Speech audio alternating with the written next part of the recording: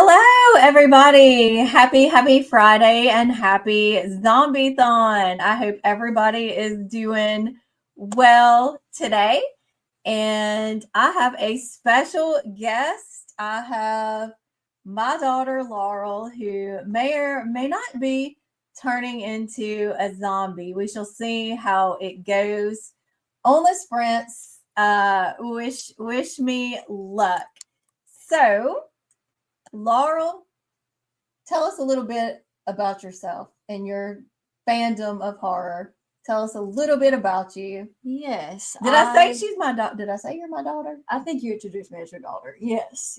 Like mother, like daughter. I have always loved horror movies. Some of my favorites do include zombies. That's probably like my favorite monster is a zombie because I think that perfectly embodies what horror is. It's got body horror and then just also like the social commentary that comes along with it.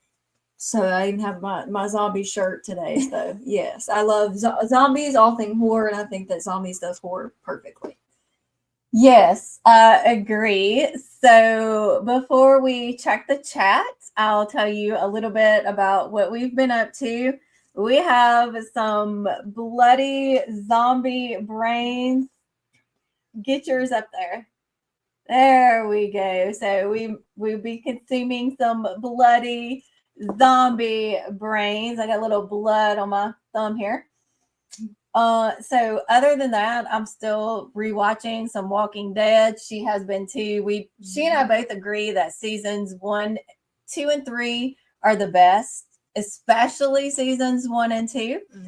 Um, then let's see what else I've been up to. I haven't started this one yet, but I will be starting it soon.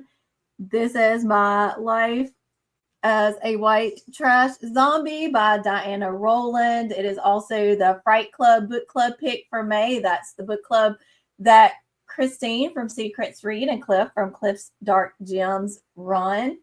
I also just got this book, Zombies,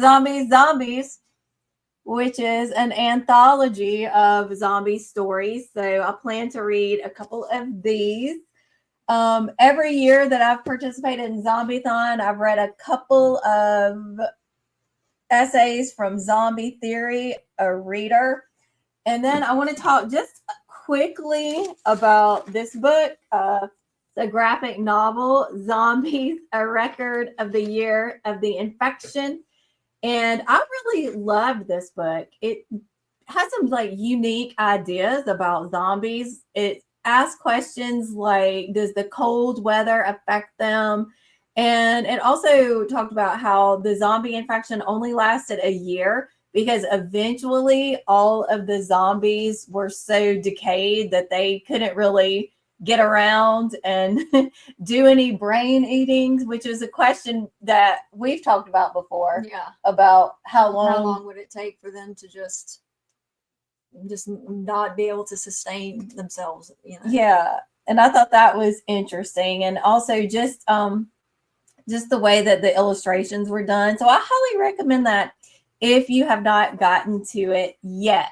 So let's pop in to check the chat and see who all is here. Hello, Travis. I'm glad you're here. I hope we can make your Friday workday go faster. And Travis said they have a new person who started, so he may have to hop off to train her. Well, good luck with that. I'm sure you will do a very good job of that. Let us know what you're reading, what you're up to today. Hey, Ashley, glad you're here. Coffee, yes, coffee's a must. Going to be reading more of My Life as a White Trash Zombie. Are you enjoying it? I really, I can't wait to get started on it. I'm hearing a lot of people are really enjoying it. Travis is getting his ear scan done today at 3:30, doing work, finishing homework. Don't you bring that Koontz up in here. Look, Travis changed his name to Biblio Koontz. He is trying to infiltrate everybody's discords and everybody's lives with Dean Koontz. So I don't know about Dean Koontz. I have not read any books by him. Have you read any Dean Koontz? I don't think so. No, I don't think I've ever heard of him. Uh, to me, he kind of like stands like Stephen King and Dean Koontz are kind of like clashing. Not that they have anything against each other in real life, but there's just something about the fact that I'm such a Stephen King fan that I feel like I can't read Dean Koontz. And Frankenstein is one of my favorite classics, so I don't know how I feel about Dean Koontz trying to write some Frankenstein. I don't know. And that's me saying hey to Travis and Ashley. Oh, Ashley wants to read the Frankenstein series. Dean Koontz. Travis says it's good, but can we really trust Travis? I don't know. And we have a nice to meet you. Oh, Travis, she's beautiful, just like her mama. See, Travis, when you say things like that, I can forgive you for your Koontz fandom. See, I'm beautiful in this zombie makeup. The other zombie makeup's a little gory, a little fleshy. Yeah, looks cooler though. She does a really good job with makeup. She was gonna do the whole like really gnarly zombie look, but things just didn't quite pan out for that today. Other Koontz books. Lots of Koontz. Lots of Koontz. Listen, okay, Travis, if I were, and I'm not saying I am, if I were to read a Dean Koontz book, which one should I start with? Let me know. You know my taste. So give me a recommendation, Travis. And I promise, okay, if you recommend a Dean Koontz to me book, Travis, I promise to read it at some point this summer. Okay? So don't fail me. You better give me one I'm going to like, or I will never, ever let you live it down. Agree, seasons 1 and 2. Yeah, I stopped after season 7. You stopped a little bit before that, I think, in the middle of season 7. Yeah, it was right after the Negan episode. I think, or I gave it a couple episodes, but I think the pinnacle of the show, I think that deals the best with like the scarier zombies and the better, well fleshed out, no pun intended, well fleshed out characters are definitely the first, second. The third season is good, but I think to me the first and second season will always stand out as being some of the scariest and just well done episodes for zombie apocalypse for sure. And I think it's like it's always to me the scariest is like when it's like the initial panic is happening and like you're getting used to this world and people are still having to come to terms with it and fight, you know, what kind of person they want to be after. So I always think that storyline is very well done. So once it gets to, you know, season 7, 8, it's kind of it just really became repetitive. You had a new group showed up that was, you know, like they were the antagonist, and you just kind of started dealing with the same thing over and over again. And I missed a lot of the character development from the early seasons. Alicia's here. Okay, so I'll show you how you have to respond to Alicia, and you have to do it. Okay, I'll do it, and then you have to. Yo, yo, yo! Alicia's here. Yo, yo, yo! Alicia's here. Wonderful. Alicia is amazing. So we always have to shout out the yo, yo, yo. And we have an Amanda in the chat as well now. Yes. Ashley, that looks cool. Yes. Hello, Amanda. How are you? What are you up to today? Let us know. Oh, wow. Alicia has a Friday off work. All right. Reading The Devils by Joe Abercrombie. I enjoyed White Trash Zombie more than I thought I would. Yay. I'm glad to hear that. You know, I haven't read anything by Joe Abercrombie, but I've heard good things about him too. I need to get to some of his books also. Hello, Em. How are you today? Are y'all schooling today? Or you on a schooling break? Tell us what you're up to. Em homeschools her children. Shout out homeschool. Yeah, this is one of my children that I homeschooled. So homeschool. Yeah, homeschools are cooler. Travis is a huge Stephen King fan and he loves Koontz. Okay, you think I would like the Frankenstein series, but should I start there? Should I start with the Frankenstein series? I will convert you all to the cult of Koontz.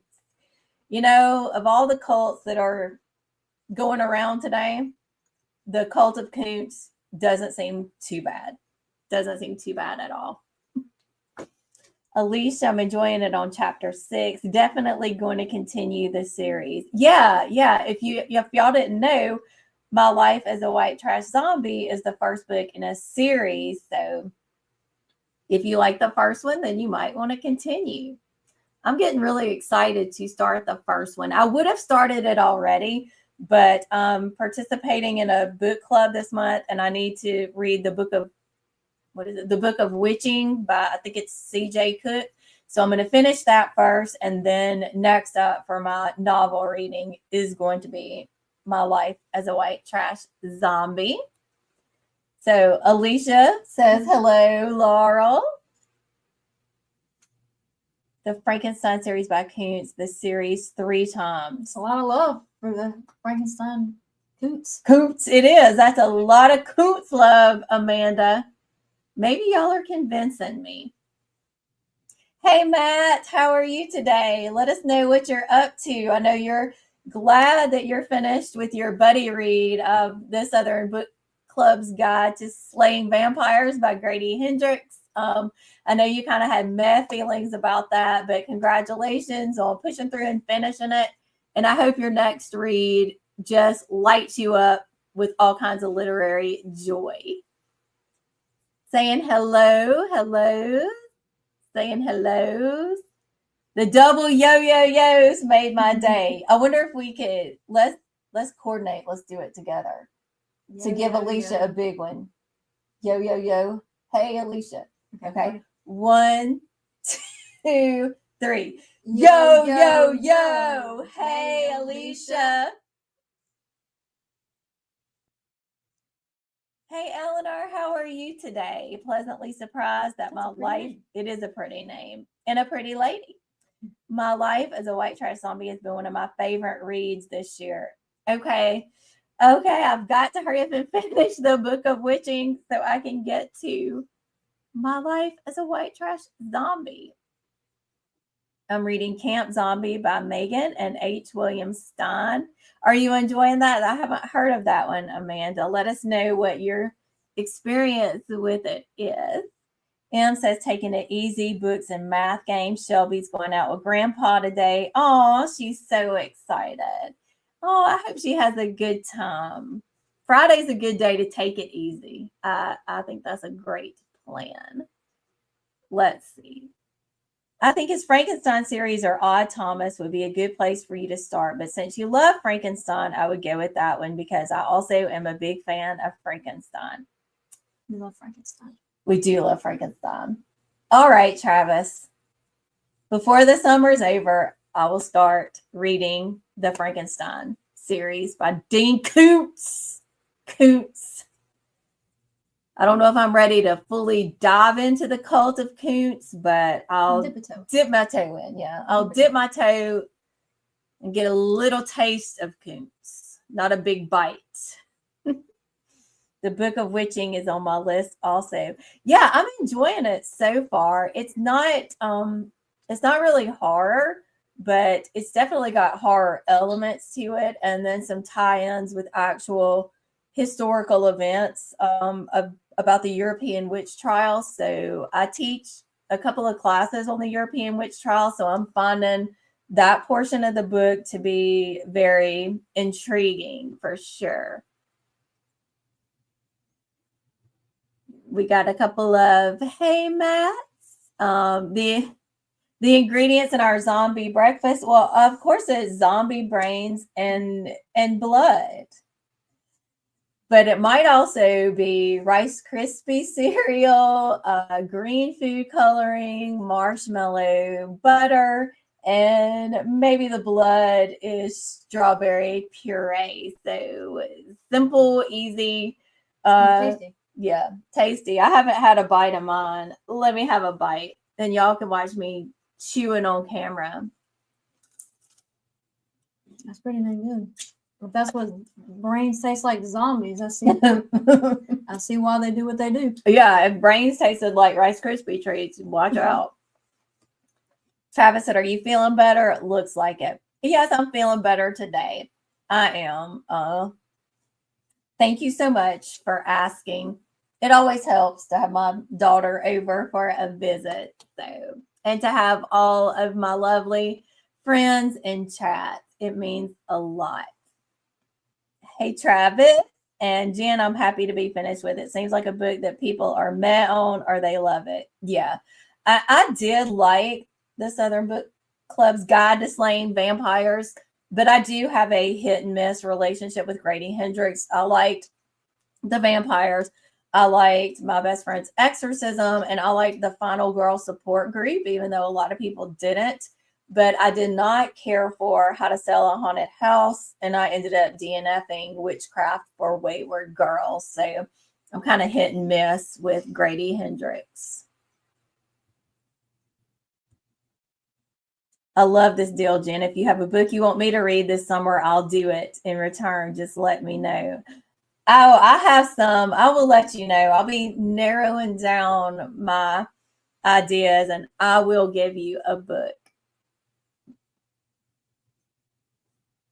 Jeff enjoyed the Odd Thomas series, have yet to read them. Have you read any of Kuntz's books, Em? And then we have a hello from Christine. Hello, Christine. Christine designed this really awesome zombie timer for a Zombiethon. She's very creative. She's called Christine's Cozy Corner, but she could also be called Christine's Cozy and Creative. Yes. So I'm going to pop up a quick would you rather question and we'll talk about that. And then we'll go to Sprint. How to Sell a Haunted House is a hard read. Listen to it on audiobook. The family trauma drama is a lot. Yeah, it really is. I also listened to it on audiobook, and the pumpkin part, that voice started grating on my nerves really badly. So I don't know if I would have had a better experience if I had read it physically. But I could only take so much of that pumpkin voice. Short stories, they were okay from what I remember. Yeah. Like I said, I haven't read any of Kuntz yet, but just for Travis, I'm going to go into that Frankenstein and see what I think. Thanks, Jim. You're welcome. It's true, though. It's true. I couldn't get through Odd Thomas, but my sister really liked it. I think I will go with Frankenstein, though. I got a would you rather. Would you rather read Kuntz or Layman for the rest of your life? I haven't read from either, but from what I know of Layman, I would definitely have to go with Kuntz. I'm not finished reading Hendrix. I just don't know which one. I'd have to think about that, Matt. If you like slasher movies and Final Girl, the Final Girl trope, then I would suggest the Final Girl support group. If you like 80s nostalgia and books about friendship, then My Best Friend's Exorcism. Phantoms would be a good Kuntz to start with. All right, I'll keep it in mind too. Hands down. Travis. No, let's see. Hands down. Kuntz. Oh my God, you would hate Layman, Jen. I've heard that. I've definitely heard that he is not for me. I'd never read Layman, so Kuntz. I tried Layman. He's not for me. Yeah, it looks like Kuntz would be preferred over Layman. So let me just go ahead and see if we can pop up this banner. Wait a minute. Let me hide the comments. Listen, I'm still a little rusty on this sometimes. So now let me see if I can get our banner going with our first would you question. There we go. So the question is, would you rather be turned into a zombie or watch everyone you love get turned into a zombie?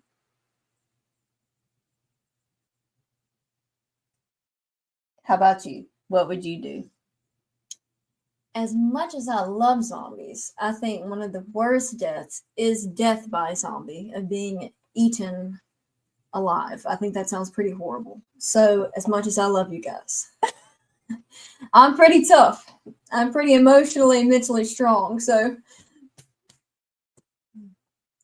I try my best to prevent it from happening. But at the end of the day, you got to protect yourself.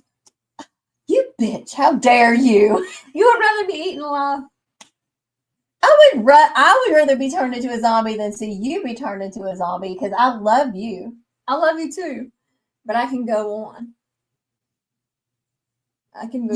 You would just rather stand there and watch somebody. I mean, I wouldn't rip your mother apart. Then be ripped apart. Yeah. Yeah. Oh my god. Y'all heard it here first. Y'all heard it here first. Look. I would rather myself be turned into a zombie than to watch my child suffer. But she would rather watch me suffer. Okay. It's not just you; it's the whole family. Yeah, but I'm part of the family. I know, but like, if it's like, would I rather? I mean, I just want to be ripped apart by zombies. That's cool. That's cool, man. That's It's cool. a post-apocalyptic world, you know. You got to do what you got to do. Man, y'all heard it here. I would rather myself get turned into a zombie. I can't stand it. So let's see. Everybody's going to disagree with me. I'm gonna look like the asshole. You are the. She's gonna be on the next thing. Am I the asshole? Yes, Yeah. you are. I'm the asshole. Alicia, I would rather turn into a zombie myself. I don't want to see my dog try and eat my brains. See, yes. You're doing great, Jen. Thank you, Travis. That's a hard one. I would rather be turned because I would probably wouldn't make it anyways if I watched all that trauma. Yeah, see, there you go. I'm the only one. I'll turn into a zombie, but then would I eat my family? So that might be my karma, is if I let y'all die, and then y'all come back and kill me. Yeah, exactly. Because if you see me get turned into a zombie because you'd rather see me than yourself, then am I making sense? Then I will come back and get you. I'm gonna haunt you. I'm gonna haunt you. 28 weeks later, dad shows up. Exactly. Exactly. You would just run off like the dad in 20 or the husband in 28 weeks later. Just run off.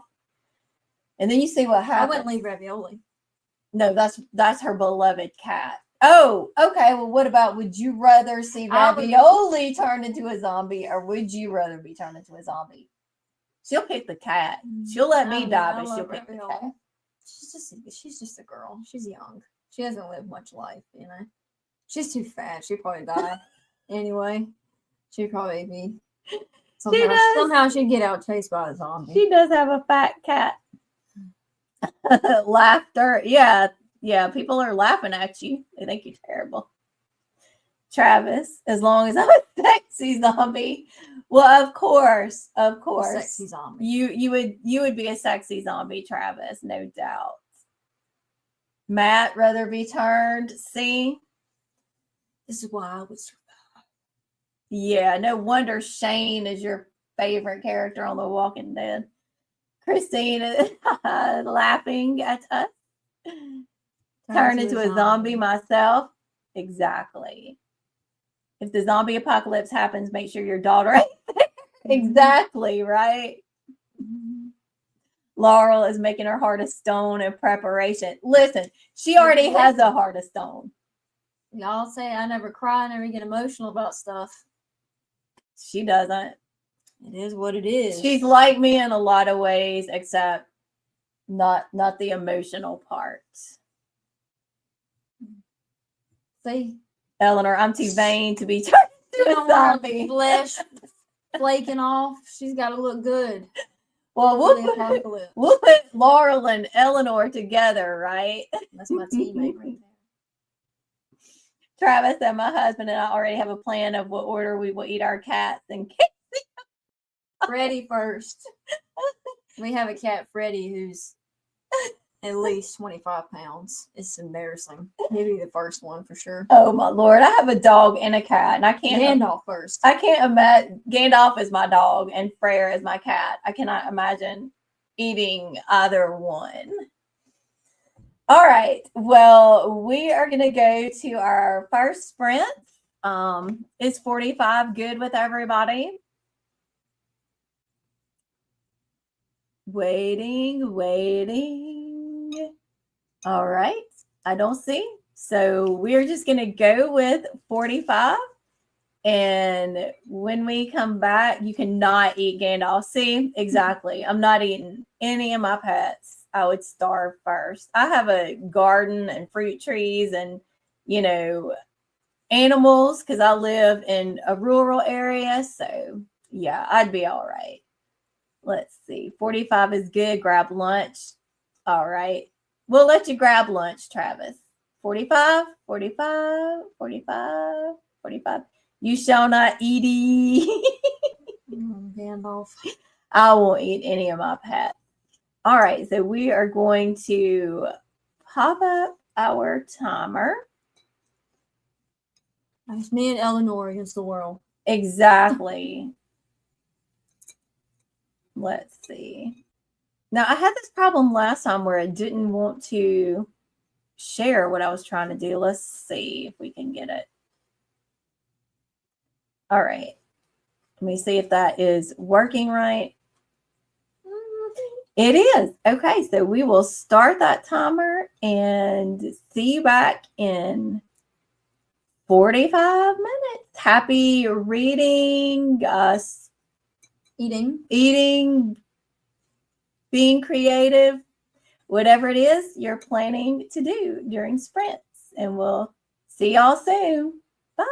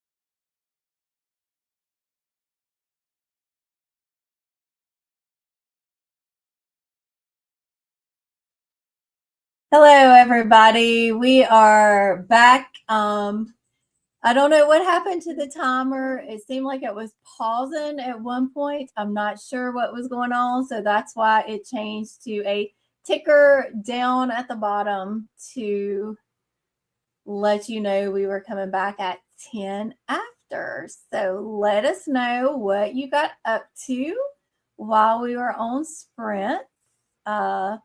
Laurel and I just kind of hung out, ate some more zombie brains. Looked at some zombie memes. Yes, talked to Tim, who, those of you who don't know, Tim is my husband, and he was supposed to work today, but then he got a call that his cases were canceled, so he's also home. I don't know if he'll pop in on camera. He may or may not, but let us know how your sprints went. Let us know what you did. So let's check into the comments. And Mike joined. Hey, Mike, how are you? I was greeting Mike and asking Mike what he's up to today. Hey, Hermie. She said, hello, fellow zombies. I will be loitering as doing sprints on my lot, but we'll be back if you're still sprinting when I am done. Thank you for popping in, Hermie. I appreciate that. And I hope your sprints are going well today. And thank you, Myra. Big love and shout out to Myra for letting me know that the timer had paused for some reason. And I was just responding to Myra saying it looks like it did pause. And Myra said, sorry for any inconvenience. Definitely not an inconvenience. Thank you. I'm glad you let me know because otherwise I would have had no idea, right? Thankfully, I popped in to check on the chat so I could find out about the timer issue.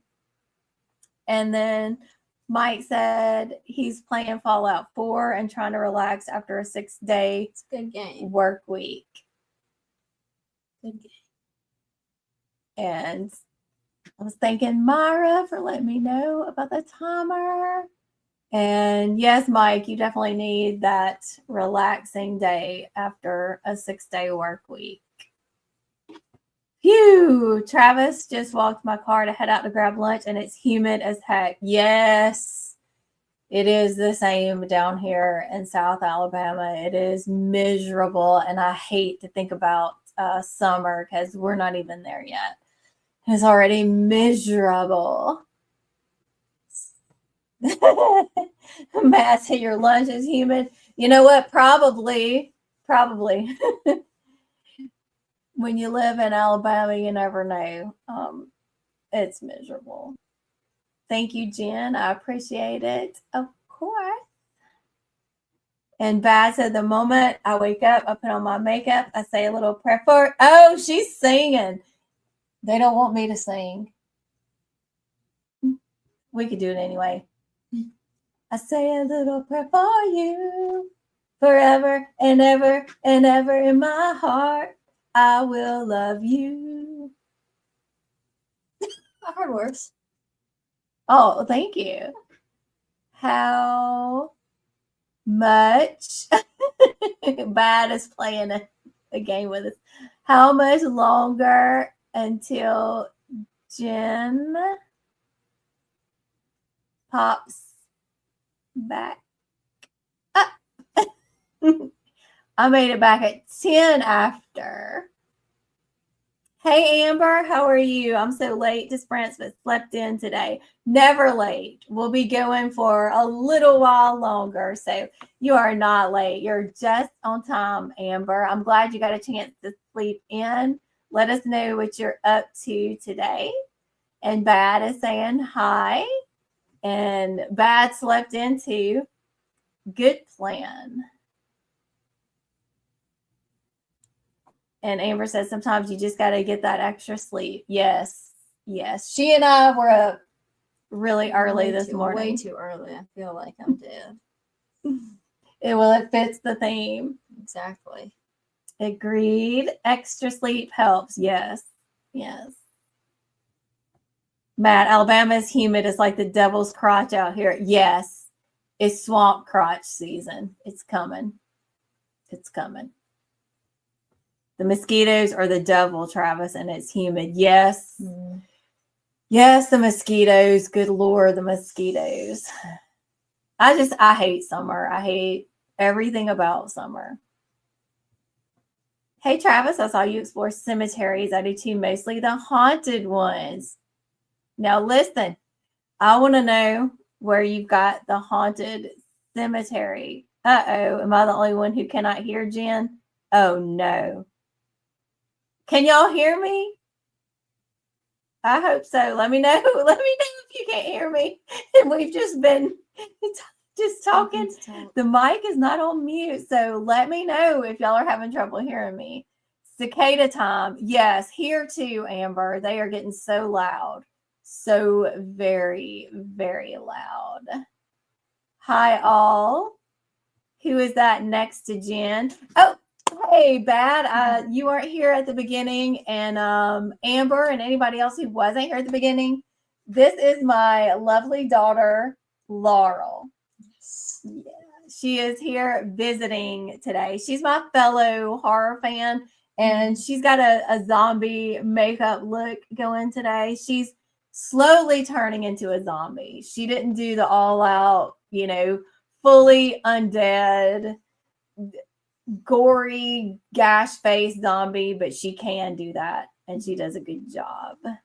Let's see, reading that Gothic book, We Have Always Lived in the Castle by Shirley Jackson. That is my favorite Shirley Jackson novel. It's so, so good, Bad. Are you enjoying it? Your arm tattoo, the knife is amazing. Is that? Yes. I also have a, speaking of horror, I have a Michael Myers, I'm trying to think about the camera. I have a Michael Myers knife on my other one. Then I also have a Necronomicon on my leg as well because I love Evil Dead a lot. So. Can you show? You think you could show it? I'm trying to think about how I could. I can move the camera down. Y'all pardon me. I want to show y'all her Necronomicon tattoo. It is badass. So let's see. Can you do it? Yeah, there we go. Wait, let me hide the comment. Hold on, then we can see better. All right, now let's see that Necronomicon. Which way we go this way? I'm trying to confuse about the camera angle. I'm gonna go this way. Yes, I have a Necronomicon. I have a Michael. Big horror fan over here.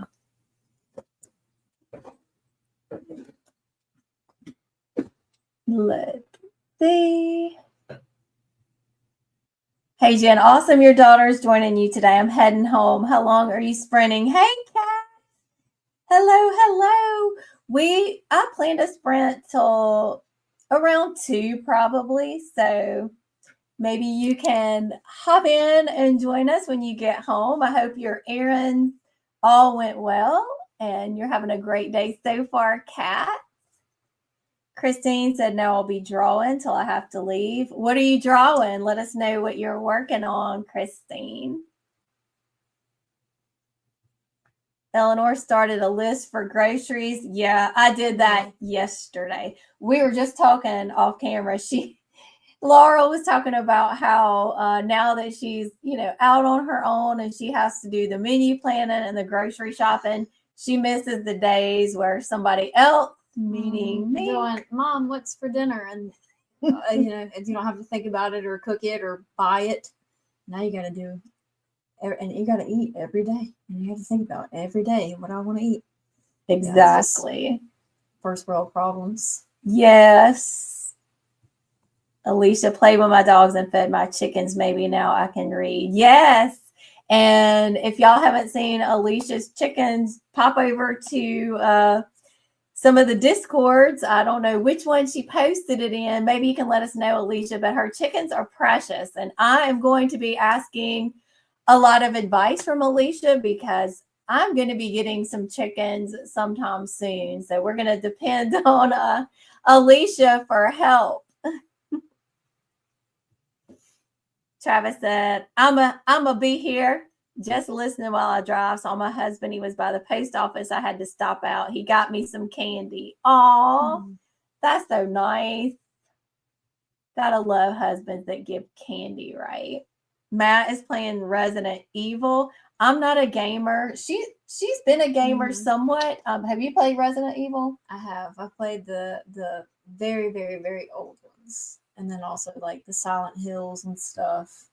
You know, when it was like the OG, so it was all like grainy. But honestly, I like the older graphics. To me, they just something about them seem almost scarier than the realistic ones. I think it's just that, you know, grainy, filmy type thing that's kind of just more unsettling. I agree. And sometimes, like, and we're going to talk about it in just a minute, but like black and white films can scare me more than color films sometimes. Again, it's just like that older cinematography and the graininess. It just, I don't know. I agree, though. I agree. So Mike wants to know which one you're playing, Matt. Amanda ate breakfast, read a chapter of Zombie Camp, pretty cute middle grade book. I'm glad you mentioned that because I haven't gotten a prompt yet fulfilled for the read a zombie middle grade or YA book. So if Zombie Camp is cute, then I may pick it up. Ditto, we have the Summertime Sadness. Yes. Do y'all want me to sing again? I got that summertime sadness. Got that summertime sadness. Alicia can hear you. I'm sorry since I just sang. I'm sorry you can hear me, Alicia. Mike, you might be glad if you still can't hear me since I sang. Okay, Amanda can hear. Travis can hear. Rad, hey, yes, we went in Savannah, Georgia last time we went. Oh, Savannah. I haven't been there yet, but I do want to go to Savannah. It's not like I'm super far because I do live in Alabama, but yeah. Mike said, I'm sure it's considerably cooler up here in Connecticut, but working outside in the heat has been brutal. Yeah. I have to give so much just well wishes and applause to anyone who does work outside, especially in the heat. That has got to be rough. Mike, I sent I can't hear you message when we came back from sprints. Your mic was muted while you were sprinting. Okay, good, because I was worried. I was like, already had a technical difficulty with the timer. I was like, please, no, not the mic too. About to get me some Zaxby's. Yum. That's fighting words. We're team Fusakli's over yeah. here. My son works at Fusak. Well, he's actually a manager at Fusakli's. So yeah, no Zaxby's. You gotta get your Coots and your Zaxby's out of here, Travis. Eleanor having a channel on Discord for cemetery visits pictures would be cool. That would be cool. I will add that to my Discord when we go on the next sprints. I'll add a cemetery visit and pictures channel because I know we have several people who do like to do cemetery tours. So that would be great. Thanks for the suggestion, Eleanor. That Michael Myers tat is sick as hell. Thank you. Yes. Let's see. That's amazing. I'm a huge Michael Myers fan. That's incredible. I was nervous at first because like the stencil looked cool, but it was at a tattoo convention. So artists there can be very hit or miss. But once he started getting going, he blew me away. He did a phenomenal job. Phenomenal. It does look good. Necronomicon. Yes. I love Evil Dead, but this one. That is top 5 horror movies is Evil Dead. Plus also Ash. I mean, who doesn't love Ash? So phenomenal. Yes. She's a big Evil Dead fan. Lovely singing, Jen. Made me smile. Did it make you smile? Or did it make you laugh at how bad it was? Bad. Amber said the Necronomicon is so well done. He killed it. He killed it. Those are amazing tattoos. Nice to meet you, family time. Yes. We have like a a full day plan to after sprints. She has not seen Nosferatu, the 2024 Nosferatu yet, so I'm gonna rewatch that while she watches it for the first time. Willem Dafoe, I love him. Count Orlok, played by Bill Skarsgård. If you don't know, he's my Hear Me Out. So I'm definitely looking forward to Horror, Hear Me Out. Horror, Hear Me Out. Yes. Travis said, I'm in line, so I can't talk a sec. I agree. Groceries were way more excited when parents were spending the money. Yes. Yes, right? Everything. They bought everything. Gosh. Makeup is awesome. Thank you. Christine is working on some templates for Kelsey for a readathon. Yes, yes. I've seen some of your work in the Discord. It is all so wonderful. If y'all haven't checked out Christine's channel, I encourage you to do so. She is definitely talented. My favorite Michael movies is 4 and 5 with the little girl. Those are fun. I like all the Halloween movies except for Halloween Kills. Isn't that what that second one was? Halloween Kills? Yeah, Halloween Ends was worse. I think the only thing Halloween Kills had was some cool kills, like the light bulb or the firefighters. They had some cool kills. I just thought it was going to be a sloppy transition movie, but then Halloween Ends was just not very good. No. It made me unafraid of Michael Myers, which I feel like is not the point of a Halloween film, but yes. I like all the Halloween movies up until you get to Halloween Kills and Halloween Ends. Halloween 2018 was I like that one. Okay. I mean, Halloween Resurrection is terrible, but it's sort of fun. But I love all the other ones, including the one without Michael Myers, Halloween 3, Season of the Witch. I love that one too. Even Halloween 6 about the cult of Michael Myers. I love it. I love it. Rob Zombie. That's the Michael Myers from the Rob Zombie is my horror. Hear Me Out. No. Something about the mask and the stature. I don't know what it is, but I feel like that's not really a Hear Me Out. I feel like a lot of people, it's either like, the Scream thing or the Michael Myers thing. That's pretty normal in the horror world. So I'm sitting here judging the Michael Myers. Yeah. I'm sitting here judging her for her Rob Zombie Michael Myers Hear Me Out, and I've got a decaying, centuries-old vampire. At least my guy wears a mask. If he's ugly, I don't know. True. Travis is asking Bad how she's feeling. She was having a rough day the other day. Yes. And I hope you're doing better, Bad. I'm excited for you to get chickens. They're so fun. I posted one pic on the Zombiethon Discord of my newest zombie baby that was just born yesterday. Oh. Yeah, so y'all can go hop over to the Zombiethon Discord and see the little baby chicks. They're so cute. Let's see. Try to get all the comments up.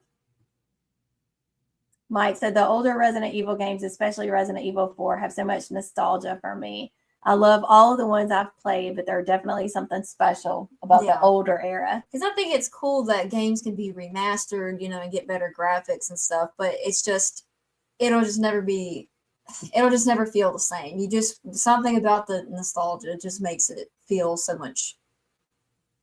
It's just better. It's better because sometimes you'll go back and you'll play games with the remastered graphics, and it'll be cool, it'll be fun, but usually for me, it's like whatever the game is, horror or not, there's just something so special because you think about when you were first playing it, and it's better, I think. Let's see.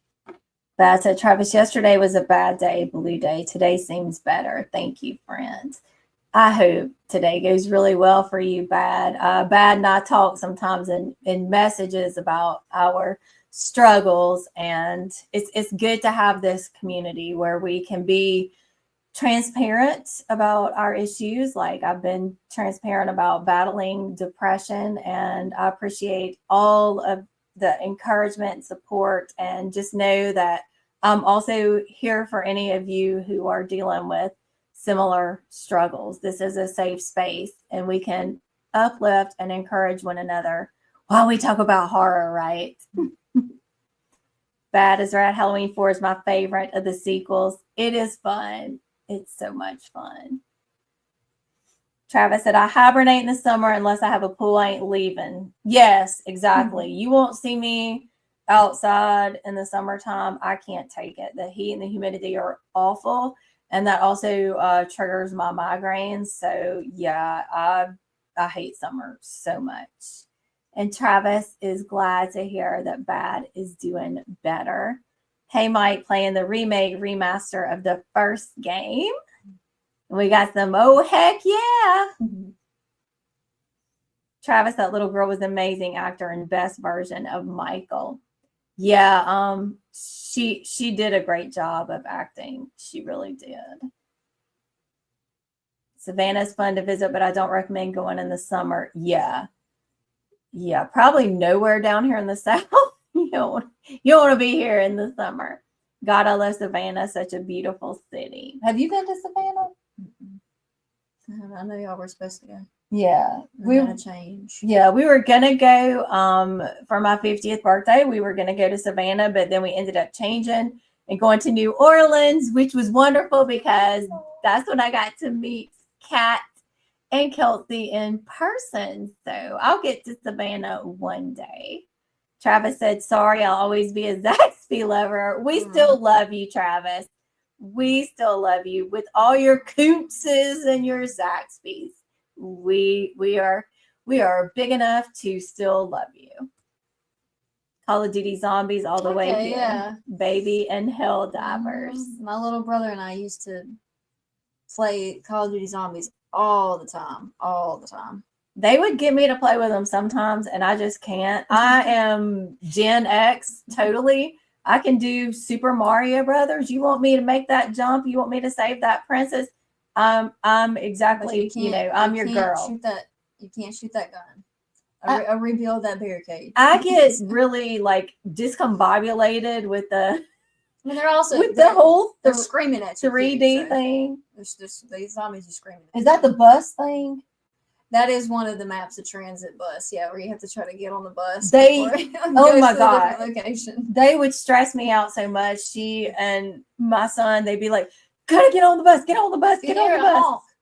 You gotta get on the bus. And then I'd get on the bus, and the next thing you know, they're like, you gotta get off the bus, you gotta get off the bus. And I'm like, I can't do it. Just no, I can't do it.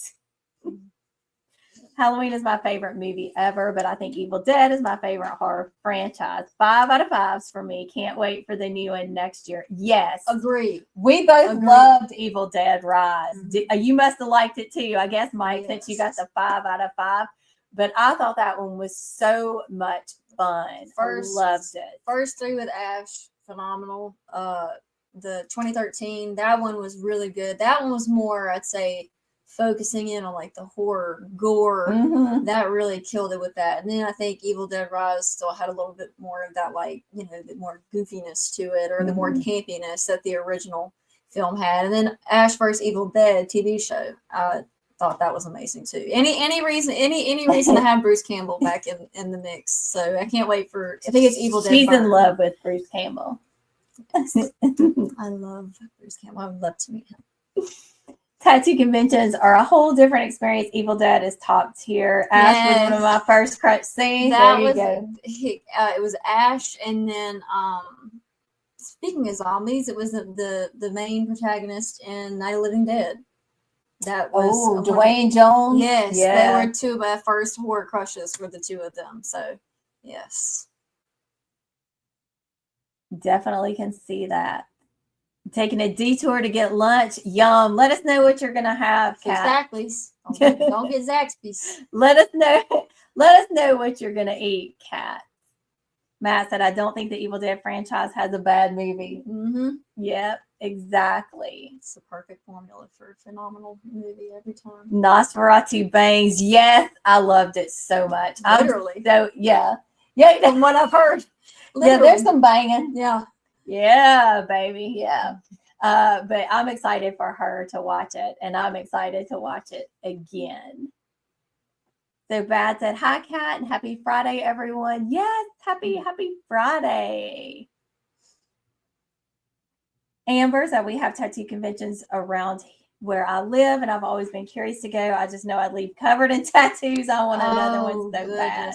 There's so many talented, and they have all these different booths, so you can kind of get a feel for their artwork. And he had a bunch of different horror tattoos that he did, so I entrusted him with doing this. But it's my adult money has to go to other places. But if I could choose what it went to, I would be covered. In the next tattoo I want is a Texas Chainsaw Massacre tattoo. So I would be covered at this point. At this point, I would be. I want more tattoos. It's been a few years since I got one. I have 4 like kind of larger ones and then a couple of smaller ones, but I really, really want to get a tattoo.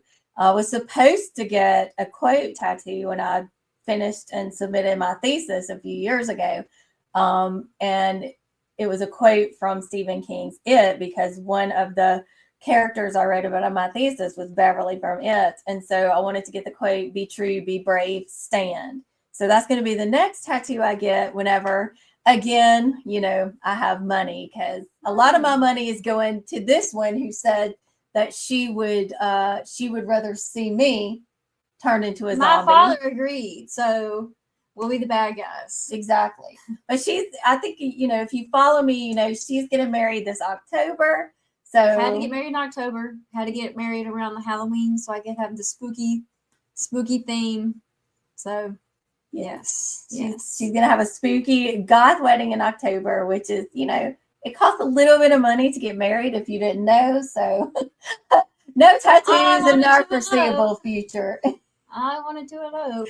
Yeah, that's the funny thing is she wanted to elope, but her fiance, he wanted the big wedding with all the people. And now that it's kind of getting along in the process, he's like, maybe we should.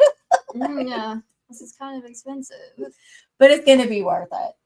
Yes, I don't mind spending money on you. Maybe our officiant can wear Michael Myers mask or something. That would be fantastic. Might be a little muffled, but that would be fantastic. He doesn't talk, but maybe Freddy Krueger. Oh, Freddy Krueger. Yeah. Kat said adulting is overrated. Hell yeah. Mm-hmm. Absolutely. It absolutely is. But then we get to do fun things like Zombiethon. So we kind of intersperse the fun with all the responsibilities. Hi, Laura. Bruce Campbell is one of my favorite actors. Me and Eleanor, we're going to make a good team. Exactly. We agree on a lot. I have never seen any of the Halloween movies. Going to binge them in October. What? Travis, you're in for a treat. Oh my gosh, Travis. I'm not a single one. I'm so excited for you, Travis. I'm so excited. I'm envious of you getting to experience it. Yeah, I don't think I've ever met anyone who's never seen a Halloween movie. I'm so excited for you, Travis. Oh my gosh. What do you think of Rob Zombie's version? You asked the right person. I think that through and through, it's still a Rob Zombie film with the themes and the dialogue, and it is very nitty gritty, kind of gross because it's Michael Myers. I mean, because it's Rob Zombie, yes. But I enjoy it. I think that it's an interesting take to try to give Michael some sort of backstory, instead of having a bunch of people speculate on things. I think it was interesting for him to write it like that. And I think that Michael Myers is probably the most terrifying one. I think his presence, his stature, everything about him is just terrifying. I think that he's the scariest Michael Myers, and I think that he has some pretty cool kills, which is really how most of what you're there for is to see how cool the kills are. And I think that he has some pretty cool kills. So I actually like the Rob Zombie Halloween. Even Samuel Loomis is really good too. Yeah, I actually liked him as Sam. I do like it. I even like Rob Zombie's Halloween too. Now I prefer the original Halloween. It is one of my favorite movies, and I don't really want a backstory for Michael. I find it better when you just you have this seemingly typical child who just all of a sudden goes on this killing spree, killing a sister. But at the same time, like, if you're going to remake it, I think Rob Zombie did a good job of making it totally his own, creating a backstory, because to me, if you're going to remake something, then you need to do something unique with it. You need to take it in a different direction. And I enjoy it for that reason, just because we do see something different. And I'll be honest, like, I'm pretty hardcore horror, can handle the heavy stuff. But spoiler alert, I guess if you haven't seen this movie, but when child Michael beats the kid, encounters with the stick, encounters the bully in the woods, and takes care of the bully, I get physically nauseous, like feel ill every time that scene comes on. So that's effective. H2O is probably my favorite. Even the worst Halloween movies, I have a good time watching this silliness. I think H2O is a lot of fun. I like H2O also. I thought it was a fun movie. Halloween 18 was actually pretty good. The last two are trash. I enjoyed the 28. The 2018 gave me a lot of hope that the other ones were going to be good, and then did not follow through. No. Uh-oh, we got a defender. Let's see. Mike said, I have a soft spot for ends. I love the way it uses the evil incarnate of Myers as almost an infection that can attack the darkest parts of us and spread. See, that's interesting to think about how the town of Haddonfield, that presence had lingered there, which we kind of saw in Halloween Kills. So I think if you look at it like that, Mike, I can appreciate it for that it did, they swung big with that one. And also got to, shout out to people who swing big. Christine said, I've recently watched Evil Dead 1 and 2, and oh my God, the second one is amazing. I can't believe I've never seen them. We'll be watching Army of Darkness tomorrow. Yay! I think it's awesome when people, come to certain classics new, when they haven't experienced it before and they get to go in and see it for the first time. I love it. I also love Kills, not as much as 2018, but it's such a fun watch. And Myers is mean as hell. Oh gosh, he looked so cool when he was like the firefighters, when he had like the burning house and the flames, and that they were so cool. I loved the opening of that movie. The kills were good in Halloween Kills. Travis, my hear me out is Stripe. Not the gremlin. Pre or post? Stripe is when it's going to be the gremlin, the scariest, worst one. That's hilarious, Travis. That is hilarious. That's a unique hear me out. I've never heard that one before. And I thought when someone, I won't say who, and it's really not her, I promise, someone in my life, xenomorphs from the Alien franchise, or that person's hear me out. And I thought that was weird, but I think Stripe from Gremlins, you take the cake, Travis. Xenomorph, no. The Predator.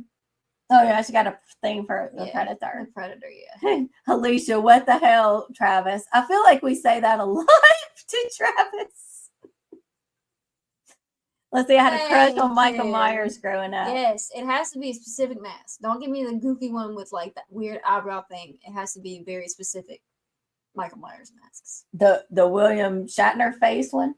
Yeah. Because sometimes, one of the movies, the mask looked just terrible. But it depends on what the mask is. Horror is therapy. Absolutely. Absolutely. Who thinks Predator is hot? I thought so. He's an alien. Look. Yes. Laurel, you are amongst friends here. I am. Yes. Something about the Predator. It was just when I was little, I was like, oh my gosh. So bad you and Laurel be on the same wavelength. It could be more crazier, like Howard the Duck movie, Young Lady and the Duck. It's Howard the Duck. And hear me out for you, bad boy. What? Bad is right. I love Hell Divers too. Haha. I saw Evil Dead Rise twice in theaters. Got the 4K. Awesome. We saw it in theaters. I got my nails done. I like Evil Dead nails for it because I was so excited for it to come out. And honestly, my favorite part in seeing it in the theater was when the records are playing and it's like the cat. It was like you could just like feel it in the theater, and it was so cool. We did have fun that night. That was we had a good experience. That was a lot of fun seeing it together. The first 4 Resident Evil games are my second favorite franchise. Dark Souls is number 1. Call of Duty Zombies is fun. I can't play Dark Souls. It makes me too mad. It's hard, isn't it? Oh. And then I bought Bloodborne thinking it was going to be easier, and then that did not work out. Helldivers is so much fun. I love the upgrades. I barely upgraded to get a military vehicle. Evil Dead 2013 scared the living shiz out of me in theaters in 2013. I was 15 or 16. Yeah. I just recently rewatched the 2013 one, because that's one of my comfort movies, to just have one in the background. That and Evil Dead Rise. Something about them. Just throw them on. Do what you need to do. They're so good. But that's one of those movies that you think you can do background noise, and then she's getting ready to like cut her arm off, and you're yeah, you have to watch it. I work from home, so there are a lot of movies I'll be like, I'm just gonna put this on, in my background while I'm doing my work. But like you said, sometimes you just stop your work. Then you have that thing, and you're like, oh, I gotta watch this part. Oh my goodness. Travis, never seen any Evil Dead either. Travis, those would be a great summer watch. If you have time this summer, I think you should binge the Evil Dead franchise. Which, if you can't make it to the show, at least watch the movies, I think. Yeah. And then if you like the movies enough, especially like the original, the first 3, then if you wanted to watch more, the TV show's good. But at least watch the movies. They're awesome. They are. I think you would love them, Travis. I really do. I really think you would love them. Talk about a hear me out, Bruce Campbell and Army of Darkness. I'm a straight man, but damn, yes. Right? Oh, yes. We love Ash. Bruce Campbell for life. Bruce Campbell fans here. Bad said Travis must watch the Evil Dead movies, especially the comical one at the castle or the 3 books. Mike said, I wasn't going to say it, but yeah, there is literal banging and not variety. Yeah. Yeah, that's the one thing I've heard from people. Is like, they're like, you're going to see some. You are, but things. Honestly, I wish, one of my only issues with the movie is I wish there'd been more of that. Oh, Lord. Mike said, I've yet to get my first tattoo. I've been wanting to, but have been worried because of my occupation and working with it while it heals. That's the worst part of it, really. Like getting the tattoo itself, I mean, yeah, it can hurt, but the after dealing with it, that's kind of a pain. And sometimes it depends on like the location of like how difficult. Like both of my shins are done completely. So like, taking baths or like putting on pants sometimes hurt. Like it's inconvenient, but it's so worth it. If you get a well done tattoo, through the pain of getting the tattoo and then the healing process, you're like, this is so dope. You don't even care most of the time. Yeah, it's always worth it, I think. The Texas Chainsaw Massacre house rebuilt is nearby me. The restaurant as well. You can sit and eat there too. What do you eat? Yeah, what? No, you have a lot of tourists that go missing around there. I would love to visit. I mean, I'd love to go visit Bad anyway. We could do a road trip. Bad, we're coming to see you. I'm dressed up in 70s regalia and everything. Yes, we're coming to see you, Bad. We're going to go eat dinner. Congratulations on the wedding. How fun. Yes. Money ruining the tattoo dreams. Yes. We need more tattoos. More tattoos. Kat said, I'm going to Johnson's Kitchen. I'm dreaming of chicken bacon ranch fries. Oh, that sounds really good. Really, really good. Congrats on the wedding. Thank you. I wanted to wear the red dress wedding in the movie Beetlejuice. You could rock it. Bad does incredible costumes and dresses up for her videos. I'll have to show you some videos. Okay. Oh, yeah. Travis said, just got back to work, going to eat and listen. I haven't seen a lot of popular movies. That's okay, because that just means that you have a lot of new experiences to look forward to. Mm-hmm. Amber said, my husband and I have been married 10 years. We still talk about how we wish we would have eloped, but we got to spend the day with a bunch of family and friends we love. So I guess it wasn't too bad. Yeah. Pros and cons. Yes. My two favorite movies are Blair Witch Project. Yes, I love Blair Witch. And Fantastic Mr. Fox. Favorite book is It.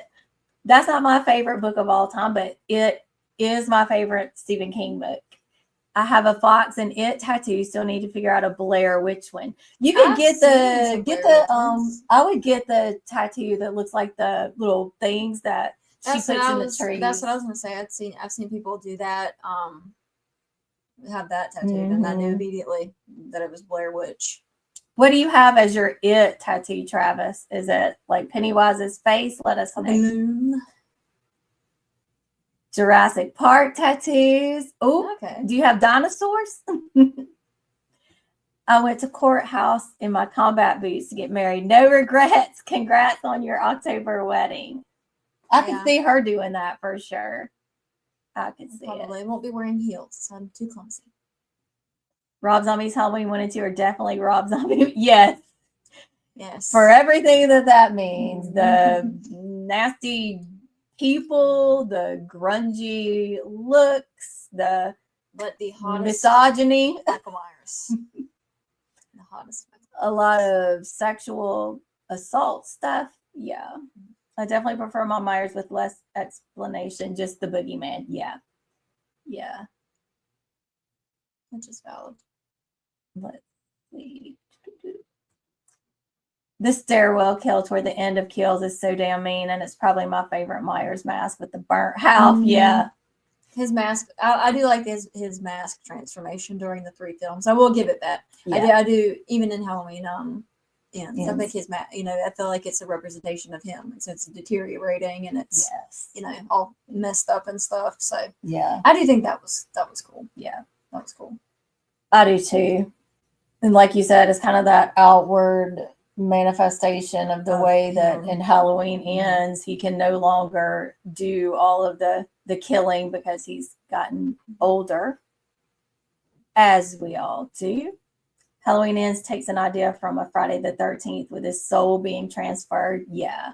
I do love Friday the 13th. My favorite one is Jason Takes Manhattan, just because there's Jason. Yeah, I just think that one's hilarious. The whole Get out of here with Jason. Scene on the rooftop, that man puts up a good fight. It's just hilarious. It is hilarious. He just stands there and takes it, and it's just like, head right off. I love Jason, of course. Like I said, back there. But my favorite Friday the 13th is actually the first one. And just in case anybody hasn't seen it, I won't spoil it. But the reveal of the killer in that one, I think, is still one of the best reveals in all of horror in that very first Friday the 13th. Haha, saying you crush on Predator just sounds bad. Absolutely, the mask for Halloween Resurrection. Yeah, some of them just look goofy.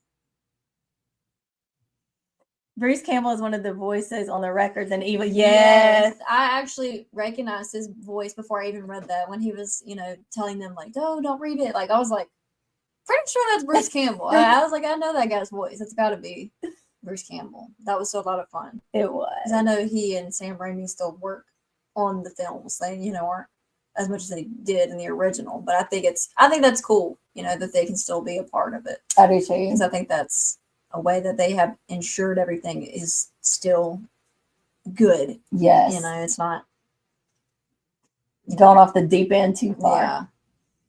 Yeah, it's creativity. Yeah, it's also basically Christine, but with Myers. Yeah. Only games I actively play is Pokemon. Also talking about movies scaring us as kids. Darkness Falls. I still to this day haven't rewatched it. Who knew Evil Tooth Fairy would be traumatizing?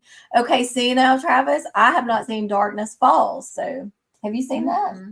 I don't even know what it was about until they said something about Evil Tooth Fairy. Well, we're gonna have to check out Darkness Falls and see what we think of it.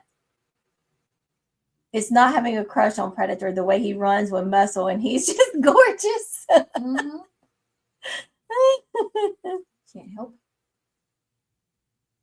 And Bad said, it's not bad. Sorry, mistype it. Jim wants more quartz bacon. Yes. You can't say nothing. but only if it is Bill Skarsgård as Count Orlok. Not the OG. Not the OG Nosferatu. No Max Shrek. No, thank you. No, thank you. Another Hear Me Out is Frankenstein. LOL. I can get that. I get that. Well, see, Frankenstein is my favorite classic, but I've never thought of the creature as being that. Or do you mean Victor? I think you mean the creature when you're saying Frankenstein, Travis. That must be who you mean, because I don't think you'd be like, oh, Victor Frankenstein. Oh, goodness. Let's see. Something about being able to pick the perfect painting for your mannequin. Travis. It's like a Build-A-Bear, but Build a bear. Build a man. Build a pain. Build a hunk. You need a timeout, Travis. He always does, but he keeps it fun for sure. But I said, yes, I will do a ghost tour in Texas Chainsaw Massacre. I'll be your tour. Yes, that would be so much fun. No one puts baby in a corner. You're so sweet, Jen. Thank you for the support. You are too bad. And I also thank you for your support too. I have a little Georgie Ghost tattoo in his raincoat and missing an arm. Yes, please post it on Discord. Cool. Rest in peace, Georgie. Yes, post it on Discord, Travis. We want to see. Rest in peace, Georgie. Rest in pieces. Pieces. When I saw the movie Blair Witch, I thought it was real. Everyone did. The theater was so quiet. Yes, if you were, of the older generation like we are, that movie was marketed perfectly with everybody thinking that it was a legit documentary about these missing students. And that was before we had access to the internet, but nothing like we do now. So it was easy to kind of be fooled into thinking that was all real stuff.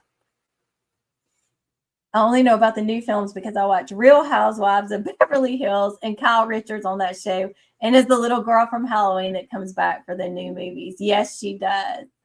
Lindsay. Mm-hmm. Yeah. Jason X is my fave. And Texas Chainsaw Massacre 2 and Texas Chainsaw Massacre Next Gen are my faves from Texas Chainsaw Jason X, what a phenomenal film. It's so funny. It's so ridiculous, but yeah, fun. Halloween 5 Mask is my least favorite. Michael Myers and his forehead. Yes. Yeah, so it's like some of them were just like, what are you doing, man? My Spirit Halloween. Yeah. Michael Myers mask looks better than. Mm-hmm. That looks pretty good. Mm-hmm. I should have brought it. I mean, Predator's got a purty mouth. Gosh. Frankenstein is my favorite of the classics, especially Bride. Yes. All right, so I think we have come to the end of comments. So we're gonna look at this question on the ticker, and we want to hear your answers down in the comments too. So let us know. Would you rather experience an undead zombie apocalypse or a viral infection zombie apocalypse? What about you? I think I would rather experience an undead zombie apocalypse, because to me, they are dead. So eventually they will, start rotting away. And I think that would be, it would, of course, any apocalypse would be terrible and hard at the beginning, but I think that one would be easier to adjust to. Like I said, the only con for them being undead is usually undead zombies won't just bite you and leave. They'll eat you. Versus a viral infection, they'll kind of bite you, you'll get infected, and then, you're not being torn apart. And then, like you said, if it's a viral infection, that usually, that would more than likely be, there would be some way to get some sort of cure or vaccination or something that would stop the virus itself. Because, once, people are dead, you can't, can't really bring them back the way they were. You can just kind of kill them.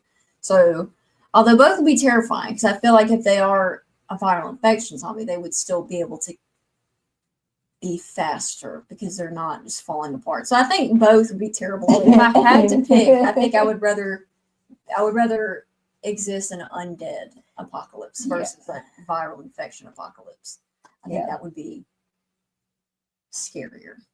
Yeah, I'm trying to weigh the like pros and cons because if they're undead, for example, like in, the original Night of the Living Dead, they are very slow. I mean, granted, they can still overtake you, especially if they're in a large group, but they're moving a lot slower, and you just kind of get the headshot on them, and that's it, and they're done.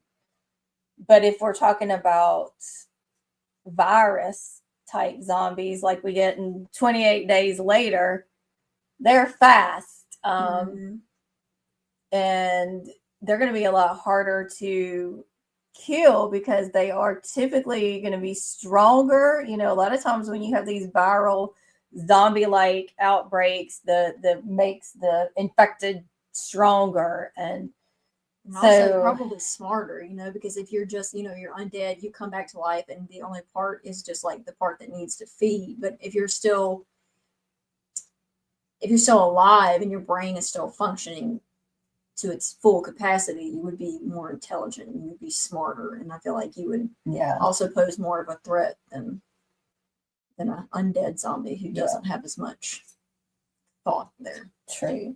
And the only thing, like we did talk about too, is that obviously there's not any sort of cure in an undead apocalypse. Like if somebody dies and comes back as a zombie, and then you just got to give them the headshot and they've got to be gone. But if you had a viral outbreak, then there may be some sort of way to eventually have some sort of antidote or vaccination type thing. But how long is that going to take? And how effective is it going to be? So, because if you do find a cure, you can cure the people that are infected, and hopefully you should, with proper precautions, be able to eradicate it and not let it happen again. Versus if you do have like a Walking Dead scenario where you're already infected, people will always die. Therefore, it would always be, anyone dies anywhere, zombie. So it would be impossible to contain, really. I mean, unless you just, as soon as someone dies, shoot them. I mean, it would just be, it would just always have to do. Yeah, it would just always be there. Yeah. I think I would rather deal with the undead. I do think so too. Mm-hmm. Let's see what the comments. And plus, they kind of look cooler because they're like decaying and stuff. They look really, really gnarly. So Amber says undead for sure. Undead all the way from Alicia. Matt says undead. Travis said undead because it's easier to avoid than viral. Exactly. Mike says undead without a doubt. I'd rather be chased by Dawn of Dead zombies and avoid being bitten or eaten versus being infected and chased like in 28 Days Later. Yes, exactly. I would be interested in anyone who said like that they would rather have it be a viral thing, because I would like to see that point of view. I would too. Why you would prefer that one. But I think everybody agrees. I think so. I don't have a good immune system, so I'm going to go first. I've had COVID 3 times. I've never had it. Knock on wood. I had it once, and it was in 2023, so I avoided it like all of those years before, and it was the absolute worst timing. Not that there was ever great timing to have it, but it was really the worst timing you could think of. My husband, he's fine now, but he had been in the hospital for 2 weeks with a serious issue and ended up having to have emergency surgery. So the day he got released from the hospital, I tested positive for COVID. Not only was all that going on, but I was also finishing up my thesis. So I'm trying to finish up the thesis, get that submitted, recover from COVID, take care of my youngest daughter who has significant disabilities. While having COVID, she got COVID. Nobody was here to help me because my husband was, living with me. He stayed with her for a while because he couldn't come home. after getting out of the hospital because I had COVID and I didn't want her or anybody else to come help me out because then they would get COVID. So real nightmare. So yeah, I'd rather deal with the undead. Amber said 2020 was enough viral infection to deal with for me. No more. Exactly. Because also, if it was something that humans could help to that, clearly they don't. They don't listen. Like the zombie apocalypse would, or a viral infection zombie apocalypse would spread so fast because people are stupid. Yeah, and they don't care about other people, and they'd be like, "Oh, that's a hoax," and then true, they'd be a zombie. And we know that all too well because we saw people doing that very thing. Agree. Did they ever like figure out the Walking Dead disease? I don't know. If anybody finished watching it, I think let us know. I don't think they gave like a direct thing. I think it was just had something to do with.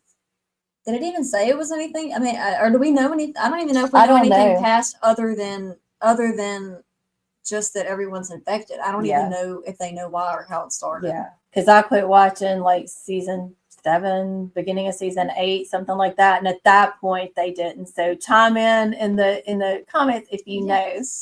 Hey Swank, howdy. Swank is going to give us some PSAs. We gotta love it. Happy Sea Monkey Day, International Pickle Day, Happy Mimosa Day. Pickles and mimosas. What? I love both of those things. Sea monkeys are cool. Yeah, I didn't know it was National Mimosa Day. Well, we're having drinks when we come back for the last sprint. She and I are actually going to go head to head on a zombie trivia game. I'm probably going to lose. And when you get a question wrong, you have to take a sip of your drink. We are not going to be drinking the flaming zombie cocktail. I'm never doing that again. I would not wish that on her, even though she said she'd rather see me turn into a zombie. I'm still not going to wish the flaming zombie cocktail on her, but we'll be doing that. So not mimosas, but something similar, I suppose.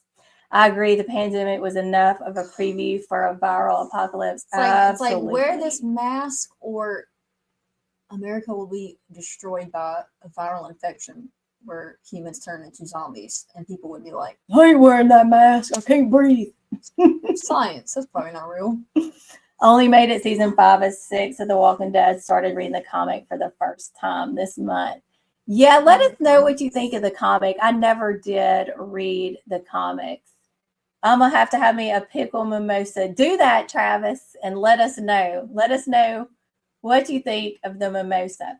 So last time there was we had a little bit of an issue with the timer. So instead of risking that again, I'm just going to pop into the banner and let it scroll across the time that we're coming back just to make sure that we don't have any more timer issues.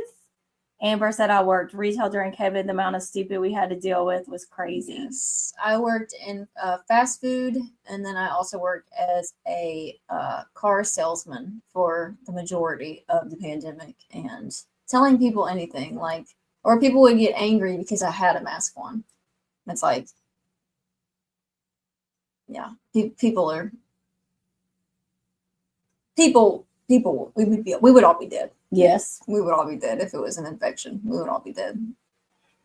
Exactly. You would do everything that you could do, and there's still got to be that one idiot. Yeah, exactly.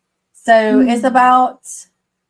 it's close enough to 10 after. So if 45 is good, we'll come back at like 55 after the hour. Let's see, Travis. My comment got flagged for talking about a weapon. I guess I was saying we are fucked in the South because these people didn't want to wear masks. And we're going to have redneck zombies going pew, pew. You know it, Travis. You know it. Amber said, yep, haha. So I'm going to go over here and fix this banner. And we are going to come back at, check my math. That would be 55. Oh yes, she can show you her brains shirt.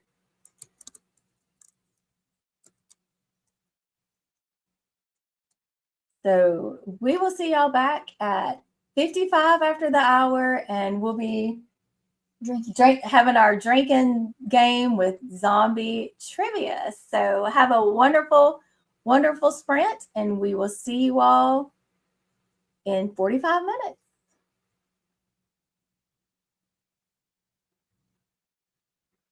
still on the camera.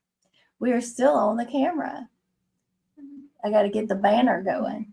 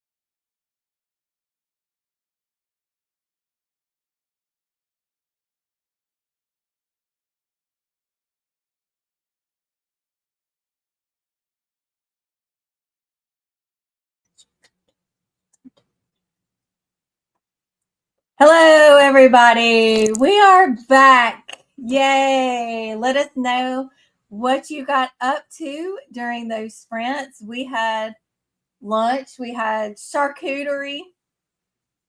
That's pretty much all we did was eat. Yes. Eat. Something other than brains. Yes.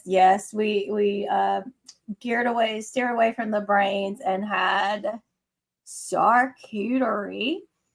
And we have our drinks ready because we're about to play our zombie trivia with drinking game.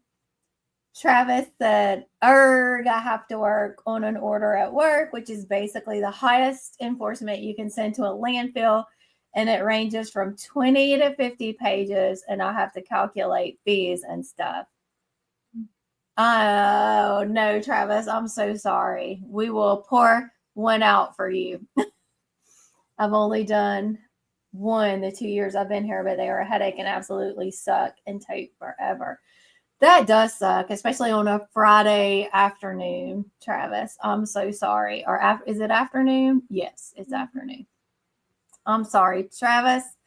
And that's me again saying I'm sorry that you're having to deal with that. I hope it won't be as difficult as you think it's going to be. Maybe it'll all go smoothly and you'll be done faster than you expected. It's part of the job. It's just freaking stressful and a lot of paperwork. I also posted my tats on Discord. Yay. Thank you for posting your tats. That's happy news. We are going to check that out when we go on the next sprint. See, that's hard. Charcuterie sounds amazing right now. I wish you were here and we could all be eating charcuterie together. Matt said, I ate a healthy lunch and I'm listening to Phil Collins. Good choice. And what did you eat that was healthy? Nosy people want to know, Matt. I haven't eaten yet today and it's nearly 2. Haha, ADHD, damn it. Hey, we understand. We understand. We'll fix you something good to eat, Mike. I put down Camp Zombie to finish The Roommate by Diane Ha. So how is The Roommate going? I haven't heard of that. Is it a horror, a thriller, something totally different? Let us know. No, it's going to be difficult. I'm sorry, Travis. I'm so sorry. Get out of here, charcuterie. I'm here for the Cootery. Cootery. Of course you are, Travis. The cootery. Oh my goodness. All right. So we are going to share a screen. I think this will work okay for us to do our zombie trivia. So whoever misses it has to take a drink of our drinks. Let's see. Matt said, I chose my next read, The Vessel, Buddy Reading Brother with Cliff. I hope you enjoy both of those. Unpopular opinion, very unpopular opinion. DNF Brother. I know you're talking about The Vessel by Adam Neville. I've loved everything I've read by him, but I haven't read The Vessel yet, but I want to. So let us know. All right. So like I said, I'll try to share the screen and we'll see how that goes. If you know the answers, you can pop them in the comments. And if you want to play along, if you guess something and you're wrong, take a drink, right? We can all see what happens here. So we're going to talk about what we're drinking just to let you all know. So Laurel, tell us about what you're drinking today. Something very simple, just a nice Dr. Pepper and then some nice Bacardi golden rum because my mom still has a million rums left over from her zombie drink. So I figured that the gold rum would probably go best with the Dr. Pepper. So. Yes, my infamous flaming zombie cocktail. So I am drinking coconut pineapple sparkling ice with white rum. See, I'm okay to drink rum again now, but just not 4 different kinds. One of those being 151 proof, all in the same drink. This is just a simple white rum. So here we are going to go ahead now and share this screen and answer trivia. It's names of actors. Let's see. I'm not going to do well.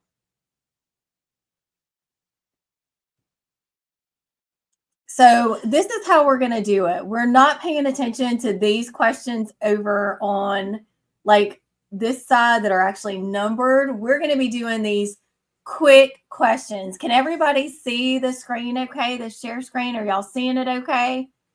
Let me see how we look. I think it looks good on my end. So let me know if y'all can see it okay. And while y'all are letting me know, I'm going to go back and look at these comments real quick before we start the game. Let's see. Got some lunch, read a couple of chapters of Why I Quit Zombie School. I love that title. Part of the Nightmare Hall series, Fear Street or Point Horror, Vintage YA. That sounds good. How are you liking Why I Quit Zombie School? I enjoyed it. Travis said this will be my water intake because I've only had coffee and sweet tea, so I need some water. Yeah, you need to put some water in there. Food? Have you had food? Yeah, you ate Zaxby's. That's right. Amber said, Travis, I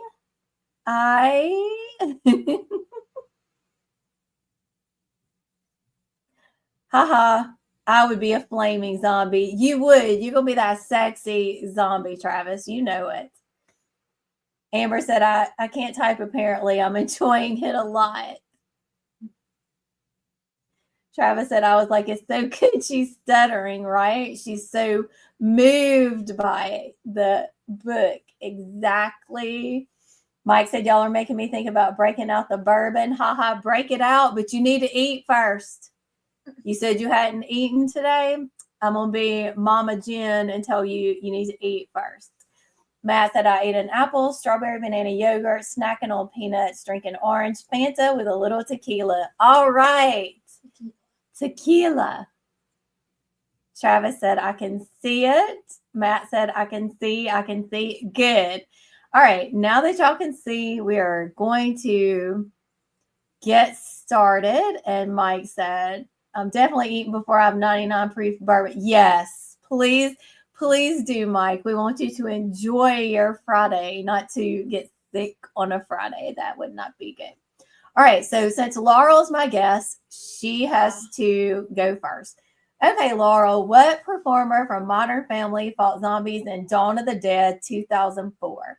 Ty Burrell, Sofia Vergara, Julie Bowen, Eric Stonestreet. I have no idea. I do not know actors' names like that. Well, you got to say somebody. You got a chance. Oh, Eric Stonestreet, just because I think that's a cool name. Okay, Laurel says Eric Stonestreet. Oh, it was Ty Burrell. Oh, no. All right. Did you take your sip? You only got to take one sip. Okay, so now it's my turn. Try another quick question. I might get every question wrong on purpose. Here I am. What actor from Dark Star 1974 directed Return of the Living Dead 1984?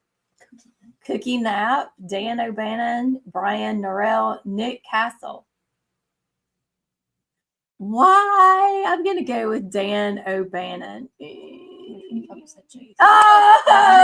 Oh, yes, I'm correct. Dan O'Bannon played Pinback. Okay, I'm not going to read all of the answer. We're just basically going to see if we got it right or wrong. All right, Laurel. Where was it that Danny was attacked and infected by a zombie in the film Zombie Honeymoon? In their honeymoon suite, an old abandoned house, a graveyard, on the beach. I feel like the things that would make the most sense would be in the honeymoon suite or on the beach. And the honeymoon suite seems obvious. So I'm going to go on the beach, maybe, if it's on the honeymoon suite. Or it could be none of them. Yay! That's my deductive reasoning. It worked. All right, so on to me. Who played the zombie who shot someone in Day of the Dead, 1985? It can't be George Clooney. I feel like I needed to refresh before I did this. It can't be George Clooney, Clint Howard, Sherman Howard, Richard Liberty. I'm just gonna go with Dick Liberty. I'm gonna go with Clint Howard. Oh, it was Sherman Howard. All right. Okay, just taking a sip. That's refreshing. All right, try another quick question. Okay, Laurel, who brought out the zombies in Sugar Hill? What brought out? Virus, electricity, radiation, voodoo. Electricity doesn't make a lick of sense.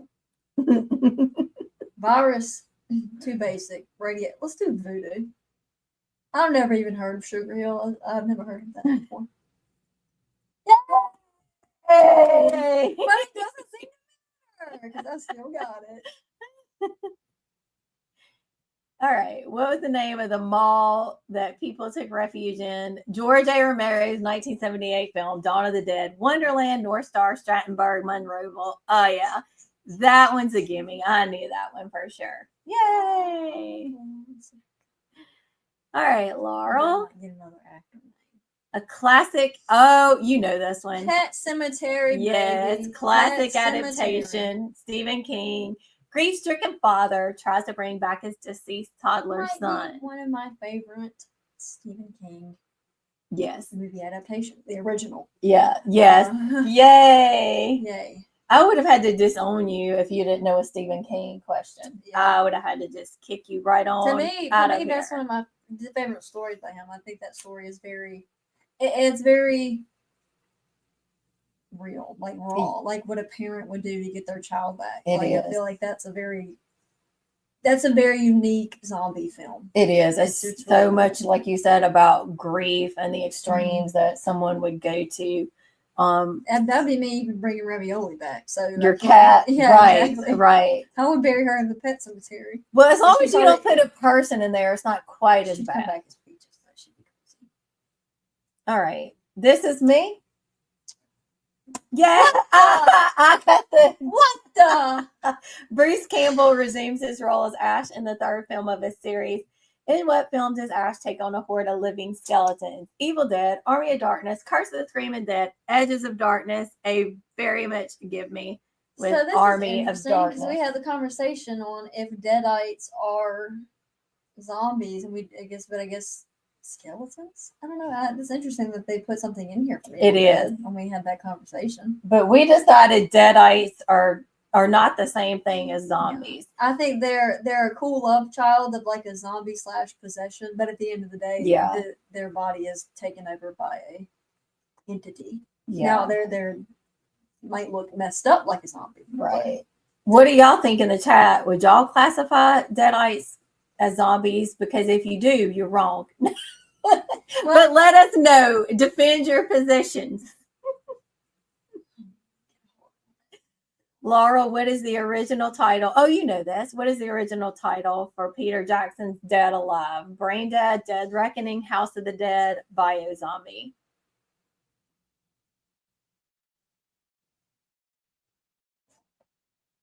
Brain Dead? Yay! You got it.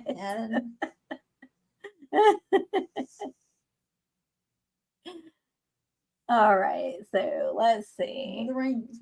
For me, in which werewolf movie did zombies appear? An American Werewolf in London, Werewolf of Washington, She-Wolf of London, The Wolfman. I'm not crazy about werewolves. It's not an American Werewolf in London. That's not it. Werewolf of Washington. I don't think it's the Wolfman. I've not even heard of Werewolf of Washington or She-Wolf of London. I'm going to go with She-Wolf of London. I think it might be the Werewolf of Washington. I feel like maybe the She-Wolf of London might be like the female version of American. I don't know. I'm just going to go with that Washington one. Oh, it was what? An American Werewolf in London? Wait a minute. I have to read the information for this. What? 2 backpacking American students were attacked by a werewolf. Yes. David was visited by his dead friend who said he was a zombie doomed to roam the earth until David killed himself to stop the werewolf bloodline. What? How did I forget that? All right, well, I don't remember that at I all. don't watch werewolf movies. I don't like werewolves very much. They're not my forte. So I would have gotten that one wrong. Now I love the movie Ginger Snaps. That werewolf movie. That's a great movie. But yeah, other ones I'm like iffy about. To the graveyard. Perfect. The original Night of the Living Dead, where it's where Johnny he left the Travis' keys. sister. Yes. Graveyard, grocery store, movie theater. Johnny Oh, has the keys. I'm coming to get you, Barbara. Stop it, Johnny. You're ignorant. They're coming to get you, Barbara.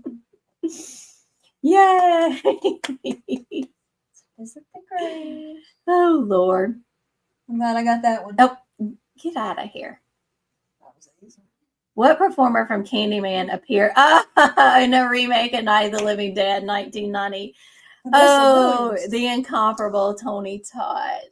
The man, the myth, the legend. Our other choices were Virginia Madsen, Xander Berkeley, and Vanessa Williams. But yeah. Yay! All right, before we do any more, I'm going to pop back over to the chat and see what is happening over in the chat. So let me see.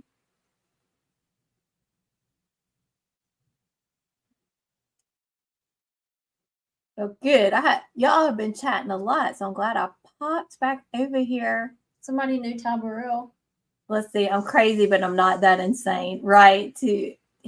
Mike's talking about drinking his bourbon without eating something first.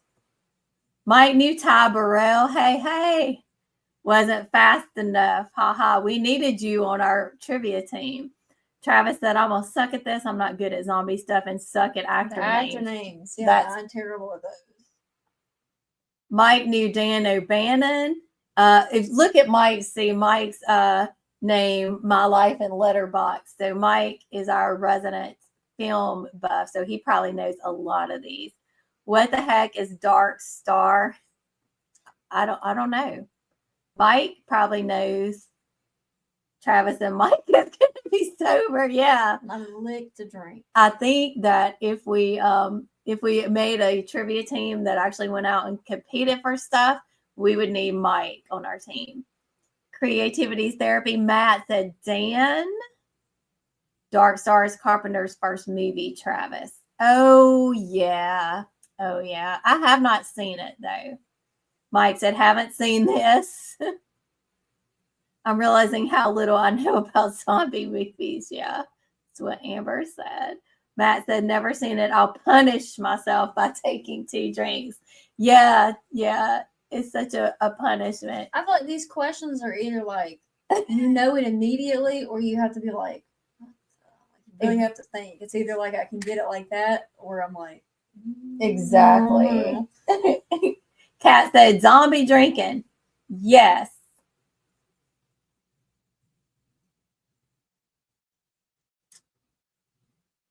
Oh, looks like Kat might be joining us.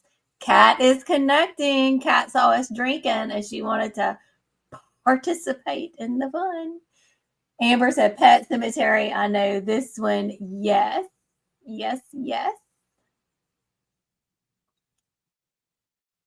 And let's see. Army of Darkness, Bruce Campbell. Yeah. I love him. Bruce's book, If Chins Could Kill, is so good. Have you read that? Did you know about it? You need to read it. You need that book. I don't know what happened to Kat. I hope the zombies didn't get her.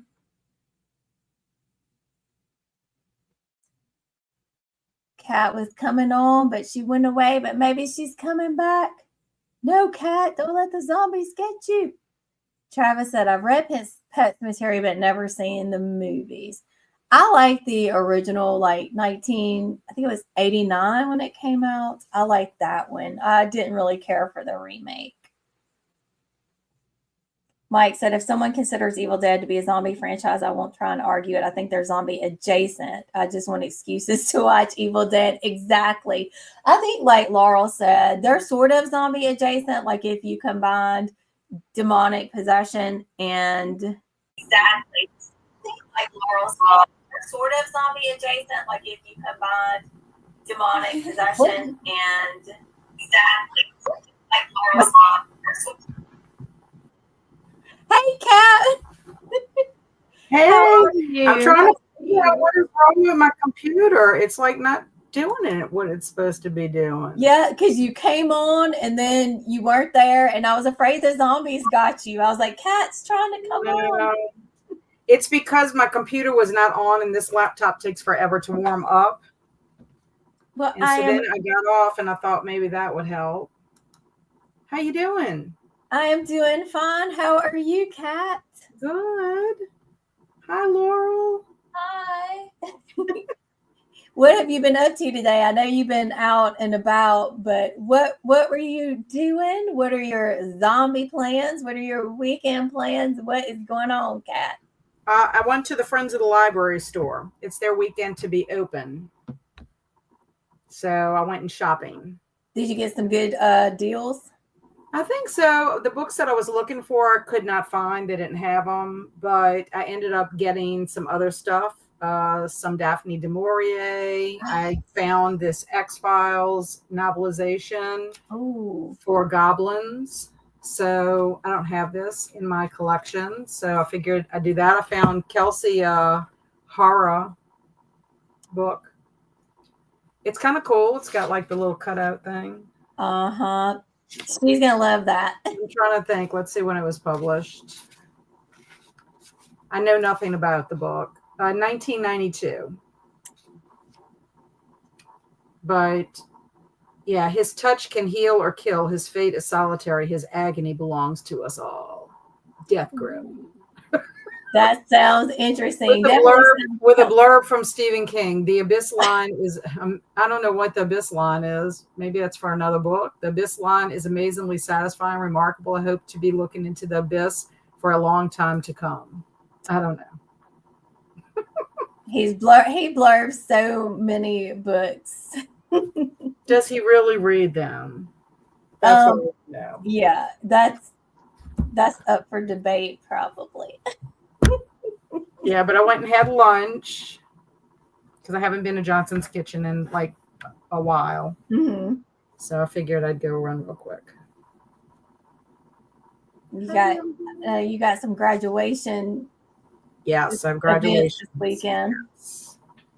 Yeah, I have one tomorrow for my niece, so I won't be on our Saturday morning, momentum, our sprint. Yeah. But I'll be with y'all in spirit, as they say.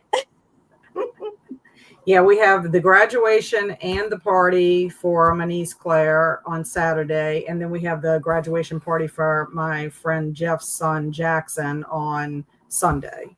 So I still have to wrap gifts and all that kind of stuff. I have what I need to get, but I should go get graduation cards too. That's what I've got.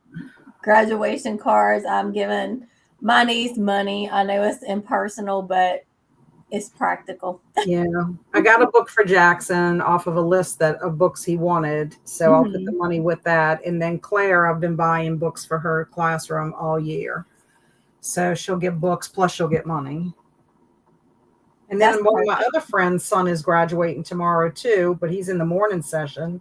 I just got the invitation yesterday. Not the invitation, well, like the announcement. Mm-hmm. So I'm gonna have to send money to him. Yeah. But I'm sleepy. I went to see another play last night unexpectedly. What did you see? To see The Wiz. Did you enjoy it? Yeah, I eased on down the road. It was fun. It was fun. I had never seen it before. Was it in New Orleans? It was in New Orleans at the Sanger. My friend Carrie called me. Well, it didn't call me, texted me yesterday when I was in Metairie, and his girlfriend couldn't go.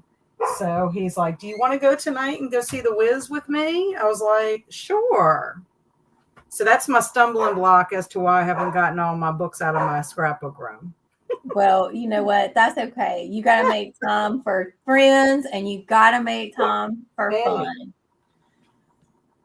My dogs, I just got home. So, of course, my dogs are like, We understand when Laurel comes, she usually brings her dog. So we have Strider here today playing with my dog, Gandalf, and they're both probably getting on my cat Freya's nerves. Let's see. Brain dead. Yes, Amber knew the trivia here. She said it always threw me off because of growing up seeing the cover in Blockbuster with a different name. Yes, brain dead or dead. What is it? Dead Alive? yeah. That's Kat's favorite movie, right, Kat? No. I hate it. It's I so don't hate ridiculous. a lot of things, but I do hate that movie. It's ridiculous. Deadites are not zombies. They're cursed. They don't die until they meet the broomstick. Yes. But they still count in zombies. They do Yeah, count. we kind of said they're like zombie adjacent. They are. They count. I researched. Travis said American Werewolf in London and Paris. And the lovely Cat said, yes, American Werewolf in London, one of my favorites. Mm-hmm. And Travis said they are ghosts, not zombies, in my opinion, because no one else can see them. Yeah, They're that's what zombies. They're you. zombies. Cat, maybe. Dark Star is basically Alien with a B movie script, and the alien is a beach ball. What? For real? What? What? Matt, are you serious? Kat talking about her laptop is a zombie. Yes. But you're I know. here. I should use my other one, but I don't. That is okay. You're here now, and we're getting some highs, Kat. There's a cat. Hi, Kat. Hey, Kat. Bailey's like looking up at me with her eyes, like, what are you doing? Where you been? She wants all the attention. She does. Bad said, I like Uncle Julian. I want a family member like him. Nobody touched my stuff. Great in the book. Almost done with the book. And then Bad said, I want to make zombie eyeball candy cupcakes, but I ate all the eyeballs. Bad. Why are you eating those eyeballs? I need to go back and get some more next week. Monday, I'll make zombie food. Yes. Be sure to post your pictures. Show it off. Amber said, I've only seen the Wiz movie, but love it. I have too, but it's been like a long time ago. Yeah, I haven't seen the movie. I know of the movie. Diana Ross is in it, if I'm not mistaken. And I don't even know what part she plays, but I don't know if she's Dorothy in the movie or not. But I just remember that being the song "Ease on Down the Road." Yeah, I think she's the Good Witch, maybe. Oh, maybe so. But they did phenomenal. The show was wonderful. My favorite, though, was the actor who portrayed the Scarecrow. It was just so, I mean, there's so much humor in it and, you know, just a lot of fun. But you hear them? Yes. Was that Bailey or Luna barking? It was Luna. Luna starts doing all kinds of, Bailey will chuff at her and then Luna will start doing her opera singing. The cast for the Wiz movie is insane. Hi, Kat. Diana Ross is Dorothy in Wine. I know you meant the Wiz wine. We don't have wine, Travis. We have rum. Wiz, LOL. I know my musical theater. Now that's a quiz I could win. Yes, Travis is our resident theater pro here. So we'll pop back over and ask a few more zombie trivia questions. And Kat, we'll let you go first. Would you like to answer the first one, Kat? Sure. Why not? So I don't know which one is going to pop up first, but we will go and see. Let me go to my screen. All right, Kat. So you're up. Okay. All right, Kat. What performer from Waterworld appeared in Land of the Dead? Dennis Hopper, Deacon Kaufman, Kevin Costner, or Gene Triplehorn? I think I'm going to go with Dennis Hopper. That seems like something he would do. I know that. Ah! Yeah, so I was going to say, I know that Kevin Costner is in Waterworld, and it's been so long since I've seen it, but I know he was not in any George Romero movie. No, I would have narrowed him out, but I wouldn't have known. Yes, because I'm supposed to be watching Land of the Dead this month. So, you know who else is in that movie? And I cannot pronounce his name. It starts with an L. What is his name? John Leguizamo? Leguizamo. Something like that. He is in that movie also. I haven't seen Land of the Dead either, so. Yeah, that's the one with Big Daddy. Is that Big Daddy Koontz? No, not Big Daddy Koontz. Big Daddy Zombie. All right, Laurel, you can answer this one. Who played the lady who became a zombie in White Zombie from 1932? Madge Blake, Madge Bellamy, Whitney Blake, Blake Carrington. 1932. I don't think he was a There might have been Whitney's in 1932. Madge just seems more. Do Madge. Okay, Laurel is going with at a random guess. Madge Bellamy, and will you have to drink? Oh. I'm just too good. Kudos. That's one of the first zombie movies. That is the one that gets the award for being the first. Yes. Have you seen it? I haven't even seen one. Yes. My very first year, I did Zombie Awareness Month. Mm-hmm. That was one of the ones that I started with. I had made a list of all these zombie movies I wanted to watch, and we did watch White Zombie. But it's Haitian. It's more Haitian zombies. Yeah. So I need to watch it sometime, so I, am not missing something. I got a gap in my zombie film. Well, it's Bela Lugosi is in it. Yes. All right, let's see if I can get this. What part did Adam West play in the 1986 zombie film Zombie Nightmare? Oh, I've never heard of Zombie Nightmare. I haven't either. Bob, is this must be Adam West, who was like Batman? Batman, that's what I'm thinking. Yeah. Tom, Bob, Tony, Jim. Zombie Nightmare. I'm gonna have to write that down. I think I'm gonna go with Jim because there always seems to be a Jim in zombie stuff. There was a Jim on The Walking Dead. Jim, played by Cillian Murphy in 28 Days Later, which is sort of zombie adjacent. So I'm going to go with Jim just because I feel like there's always a Jim. Oh, no. Tom. Who was it? It was Tom. I got a drink. What are you drinking? A zombie drink? Well, not the kind of zombie apocalypse. Not that kind. This one is just simply white rum. Only one kind of rum, just white rum, and sparkling ice, coconut pineapple. So cool. Sort of pina colada like. Laurel, you want to show Kat what you're drinking? Yes. Just a very simple Dr. Pepper and rum, because there's a million different kinds of rum, so it had to be some sort of rum, a gold rum. So almost like a rum and Coke, except it's rum and Dr. Pepper. Yeah, I don't really. I Coke. don't like Coke. Like Dr. Pepper, root beer. Back in the day, that is what I would order when I would go to a bar: is a rum and Coke. Yep, same. I like Coke, but she's Dr. Pepper fan here. Don't care for Coke. All right, let's do a couple. We'll do a couple more trivia questions each, and then we'll check back in on the chat. So, Kat, you're up again. What makeup man played a biker in Dawn of the Dead 78? Oh, you know this. Tom Savini. Yes, Tom Savini. Yeah. Yay, Kat. I love Tom Savini. Yay, Kat. Kat, if you had a drink, I don't think you would have had to drink anything yet. No. All right. Yes, he's coming to New Orleans, Jen. Who is? Nicotero. Oh. You know who I'm talking about. From The Walking Dead, the zombie person. He's coming, and so is the actors that play Guillermo and Nandor from What We Do in the Shadows.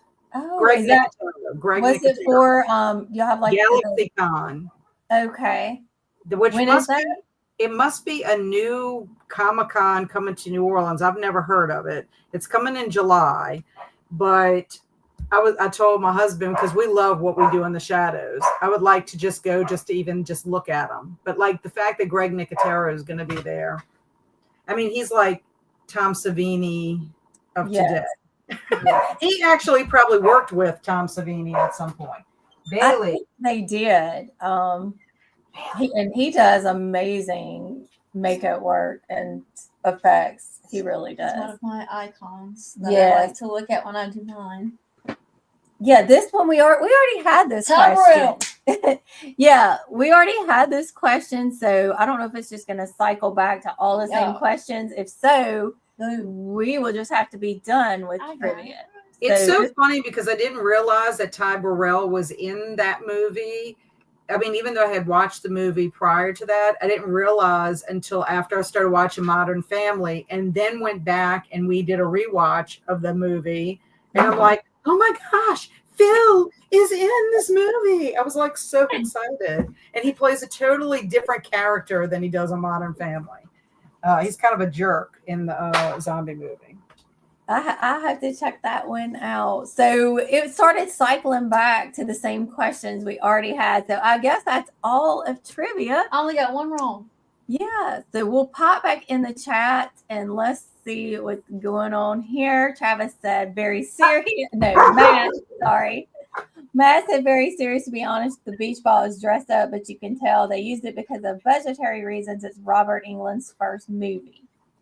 Okay. Well, we do have to add that to the list. A beach ball. That sounds crazy wild. Hopper, bad news. Yay, I win a drink. That's how this works, right? No, if you get it wrong, you have to take a drink. But if you want to get it right and take a drink, hey, whatever. I want to tell you, I've been listening to this podcast. I only plan to listen to like 1 or 2 episodes, but now I'm sucked in. It's called ZA. No, what is it called? ZA Survivor Radio. Mm-hmm. And it's just, I'm trying to see if I can make the picture bigger, but it is just this woman talking on the radio about surviving this apocalypse. So like I'm so invested in her that I'm like, I hope she doesn't die. It's almost like just like if you were really out there and you happen upon this radio station or whatever, but she's on her own and she's like, she just found a book, Max Brooks's How to Survive a Zombie Apocalypse. So she's going to give tips the next time she does her next recording. And then she also read Dracula, listening to it on the iPad. I mean, on this, the iPod, and talking about how much Jonathan Harker is a badass in there with his weapon that he uses. I was like, this is awesome. But I'm really enjoying it. I mean, it's just her talking, but if you like that kind of stuff, I would definitely check it out. The episodes are not super long at all. That sounds like fun. Did you put it in the Zombiethon Discord? I did, into the podcast. Okay. So I'm almost finished season 1, which is great. I think there's only 2 seasons though. So yeah. And then I also did listen to Liz's episode on Pet Sematary, which was pretty good. I didn't agree with everything that was said on there, but you know, I like that movie. I do too. Yeah. Well, that podcast also sounds interesting too. So I'm gonna make sure I pop over to the Discord and see. What I like about it is it's kind of like you having, you know, the mistakes, she learning from her mistakes. Also, there's fast zombies and slow zombies depending on when they're turned. Also, the zombies are not all like feasting on you. Like some of them turn you just for the sake of like numbers kind of thing, you know. And then after I'm listening to this after watching that movie, The Night Eats the the Earth. I can't remember what the name of the thing is. The night the Earth was eaten or something like that. Mm-hmm. Travis is probably going to make fun of me but that one was about one survivor, Mm-hmm. you know, and his mental, like it's psychological, like what he was going through being like an only survivor. It's going to drive me crazy. I can't remember what this movie is. I'm telling you, I'm getting to where I can't remember anything. And that's Feel you, Kat. it scares me because I'm like, do not want dementia. I know. The Night Eats the World. That's what it is. Okay. This See, I movie have right here. This is more psychological horror. Like zombies are in it and they react and stuff, but it's more about Sam, the survivor, than Have it you is. heard of that one? Is that a movie? Mm-hmm. I don't think I have. It's French. It's a French movie. It takes place in France, but it doesn't have subtitles. Okay. Like they speak English. So, but it's same thing. Like I wish Sam and Harper could meet because they both write a fanfic. I know. I wish Sam and Harper could meet. The other thing about Harper is if you've ever seen Stranger Things, Yes. Harper reminds me of Robin from Stranger Things. Uh-huh. Just, I don't know what it is about her. Bailey. I need to check the podcast out, and then The Night Eats the World. Are they big dogs or little dogs? Luna's like a German Shepherd, and Bailey, I can't remember what Bailey is. And Mike said, I haven't seen the Romero Dead films beyond the first 3. Yeah, I haven't either. And that's something I need to take care of this Zombiethon, because all I've seen are the night, the dawn, and the day. And Amber said Land of the Dead is also on my list. I adore John Leguizamo. And Alicia said, am I back just in time for the rum? Yes. Cheers, Alicia. Grab up your rum, your bourbon, your tequila, whatever you want. Matt said Crown and Coke was my go-to. Yep. And Sally, hey, Sally, how are you? Sally said Land of the Dead is a solid zombie movie. I enjoyed it. Is that her dog? Is that your dog, Sally? We're both like, dog. That's cute. Travis, I never thought I would say I'm ready to get a CAT scan. I just want to leave work. Well, at least you got a reason you get to leave work. Matt said, I drank every question right or wrong. You know what? It's Friday. That's the way to go. Nothing wrong with that. I got to go check Matt's channel out. He's got a great channel. I need to go see what Matt is all about. He is about books, and you can see his art on there too. He's got a great channel. Matt said, probably going to be silly here soon, and then it'll be nap time. Right? Exactly. I tend to get a little silly when I get a little tipsy. Mike said, the night eats the world. I'm getting terrible. I can't remember anything. I wonder would be maybe similar to like the Deadeye Evil Dead situation would be the when evil works, because that's a possession, but it's also like an infection. You know, like an infectious possession / like a zombie adjacent. Yeah, I think that would be something that would kind of be similar maybe as well. Yeah, she's talking about When Evil Lurks. If y'all haven't seen that film, that's a good. I haven't seen that. When Evil That's amazing. It's What year is it? Do you know? 2020. Was it 2023? 2023, 2024. It's been in recent years. Yeah, When Evil Lurks is I think it's Argentinian. Because what do they call them? What do they call them? It's a good one. It's really creepy. The other thing too with this podcast is like Harper is convinced that the zombies are not, like she's trying to figure out how they became zombies. Like there's like no concrete evidence. Maybe it's viral or whatever, but she thinks it's some malevolent entity, kind of like supernatural kind of thing, just based on what she's seen some of the zombies do. So I don't know. I mean, that would kind of be like Evil Dead, where your zombies are like possessed, Yeah. kind of thing.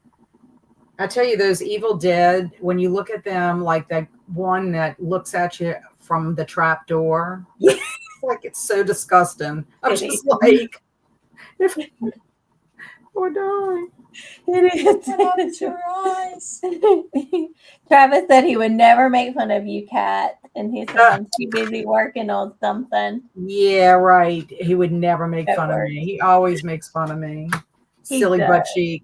He is the silly butt cheek and the Coots cult leader. He said, Travis said, that's why research is proving that reading helps combat getting dementia. There are studies that say that. Mm-hmm. There are. I gave you a cookie.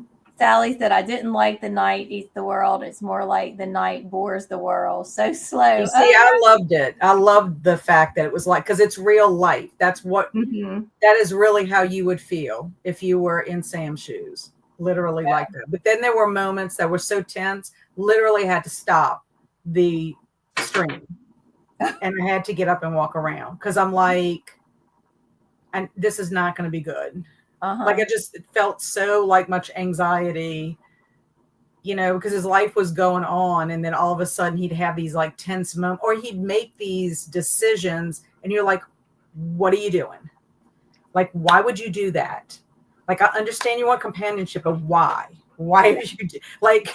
I mean, I guess that's the difference is like psychologically, you can see him breaking down, so that you would make the desperation for like companionship kind of thing. And Harper goes through that too. So it definitely, even if you're a person that likes to be alone, I think if it's forced on you, it might be a little bit different.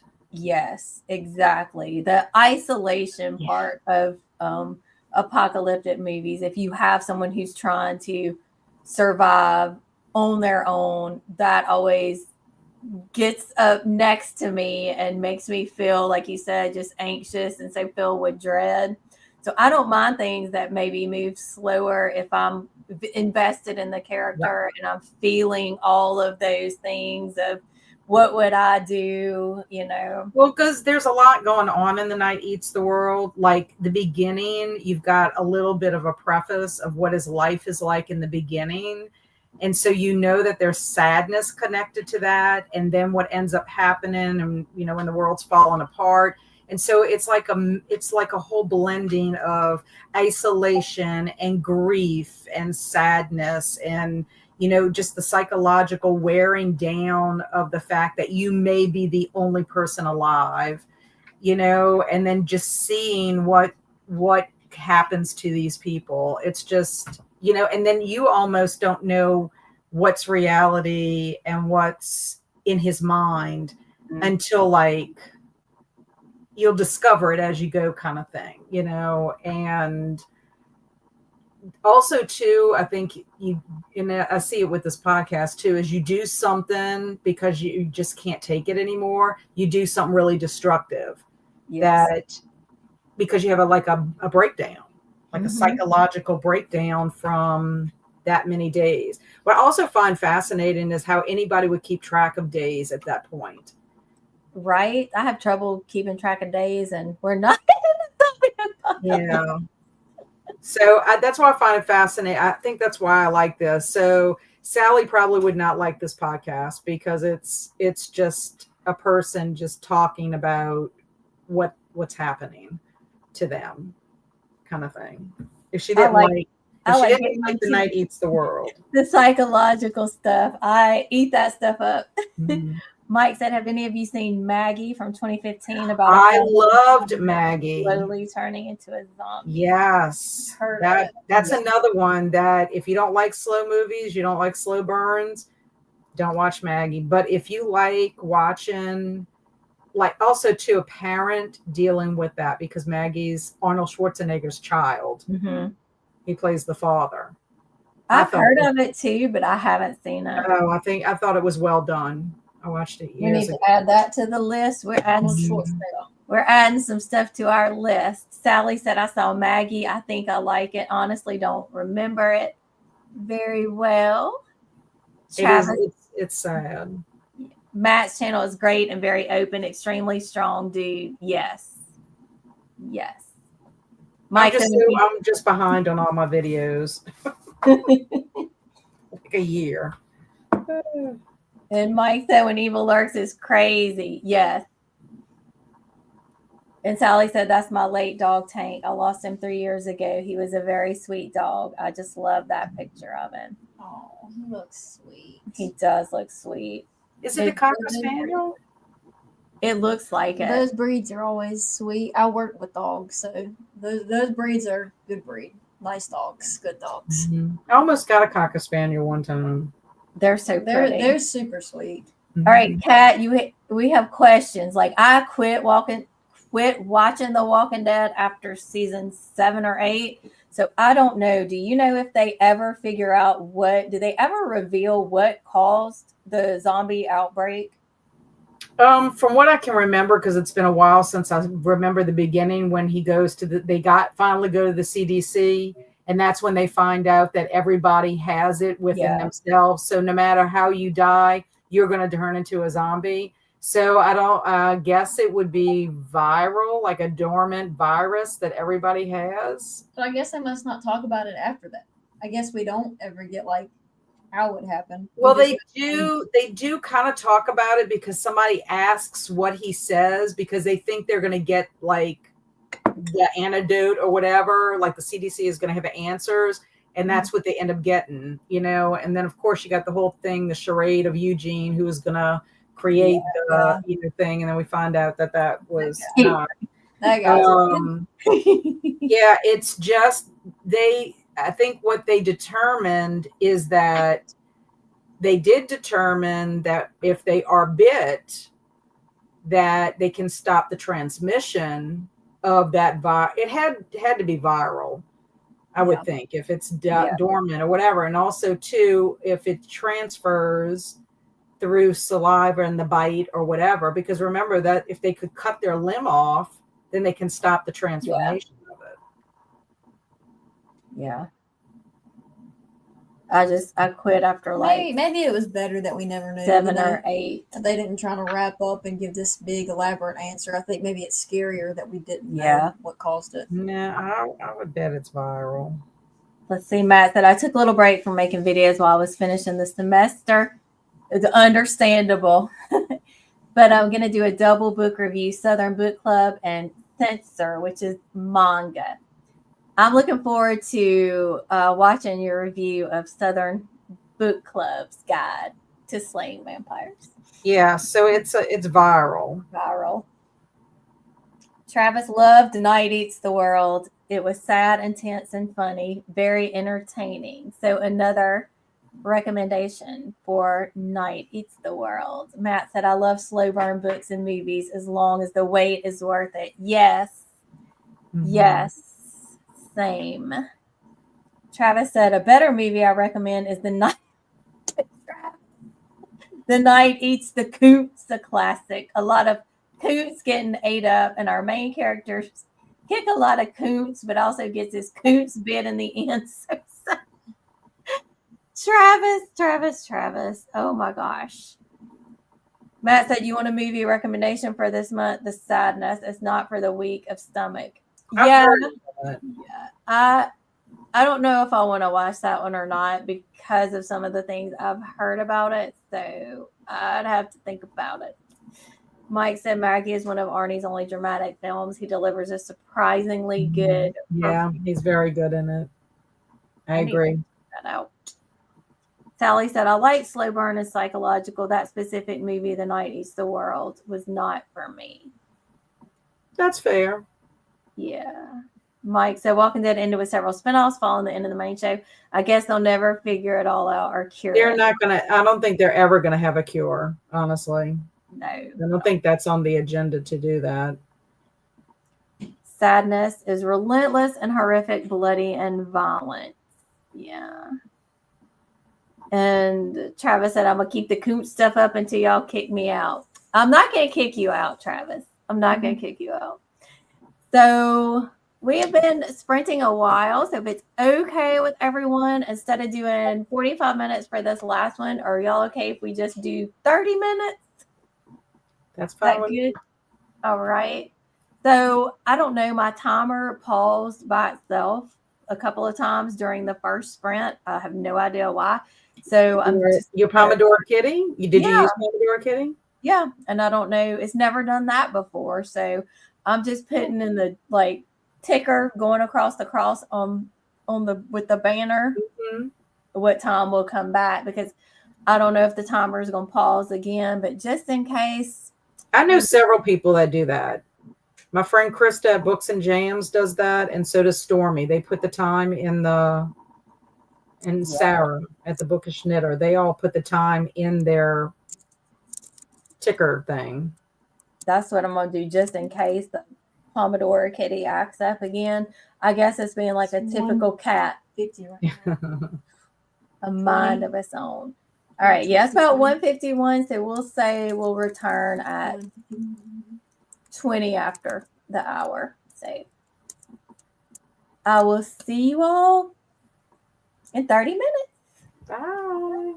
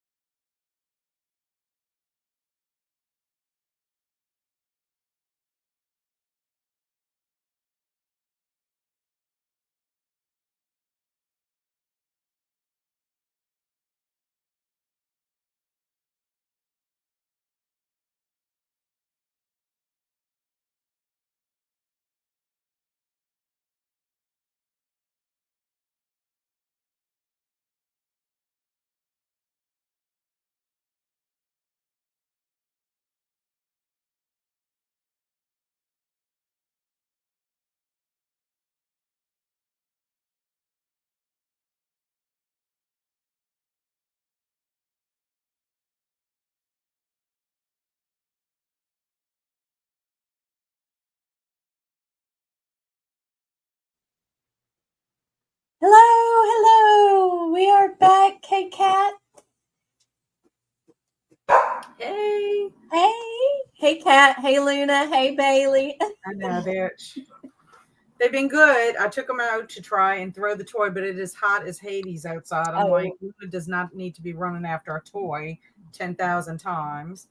So I threw it twice, and then I'm like, let's go in. And of course, they were kind of calm. And then some person stopped in by the house across the street and tooted their horn. And then, of course, Luna's howling, Bailey's barking. I'm like, come on, y'all. Come on. I know. We had a FedEx package delivered, and my dog and her dog that's here visiting too, they just lost their minds. Absolutely lost their minds. It's hot and humid here too, though. Travis was talking about even in the northern more part of Alabama where he is, how hot and humid it is, and it's awful down here close to Mobile, and I know y'all are feeling it too. Yes. I dread summer so much. I know. So what else did you get up to besides wrangling those dogs? I'm reading Zombie Bake Off. Are you enjoying it? I kind of am. It's like once I got to where I could kind of figure out what was happening, like you starting off with in one scene and you see what happens with those, kids or whatever. And then it makes sense because the dad of one of the kids ends up at the Coliseum. But then it's like trying to figure out what's the deal with the wrestlers, like crashing the party. And so once I got that kind of straight, so now we're at the part where, the wrestlers have come in contact with the donuts. So I don't know how far you got before you DNF'd. I can't remember how far I got before I DNF'd it. I don't think I got really far though. Yeah, I can't stand the wrestlers. I just cannot stand them at all. Like, I wish a zombie, Maybe something will get them. Terry, who's like the person that's the event person, seems like she's kind of tough. So I'm like, I just don't know how this is going to play out. I don't know. We're going to see. I mean, I'm not hating it, but I hate the wrestlers. Yeah. I'm barely grasping on to what I even do remember about it. That's my memory, like you were talking about earlier. I have no idea. Well, you have to really concentrate because there's things that are going on, and I'm like I had to go back and just reread something, and then I'm like, oh, I get what was happening here, and it's disgusting. Yeah, I tried it on audio, but I don't know. I think I tried it on audio. I could not do it on audio. I couldn't even do audio with the book. Yeah. So I'm just gonna have to use my eyeballs. So. Let's see what everybody got up to. Matt said he's enjoying the Walking Dead spinoff Dead City. Yay. I haven't watched any of those. I haven't watched that one yet. And Travis said I need to watch Contracted 2. I enjoyed the first one. I think I started watching the first one and then something happened and I got distracted. And for some reason, I never went back to it. Have you seen it, Kat? Mm-mm. Contracted has some gross body horror. Hey, that's our jam. We like some body horror. Yeah, body horror doesn't bother me. I don't think I've watched the movie. I think I might remember maybe watching all the kills, the kill count. Yeah, specifically for the body horror itself, without watching the whole thing. Travis said it's definitely body horror heavy, and one scene in the end made me ill involving maggots. Yeah, that can get to me when we have maggots in movies. Hey, Hermie made it back in time for the last sprint, and Hermie is listening to the Z word while drawing something. That sounds nice. What are you drawing, Hermie? Can you tell us, or is it a secret? Travis saying hey. Hermie saying hey. Em said, I'm glad you're still here. We dropped Shelby off with my parents, and everything before that was utter chaos. Yeah, I understand. I hope Shelby has a wonderful time with your parents. I'm sure she will.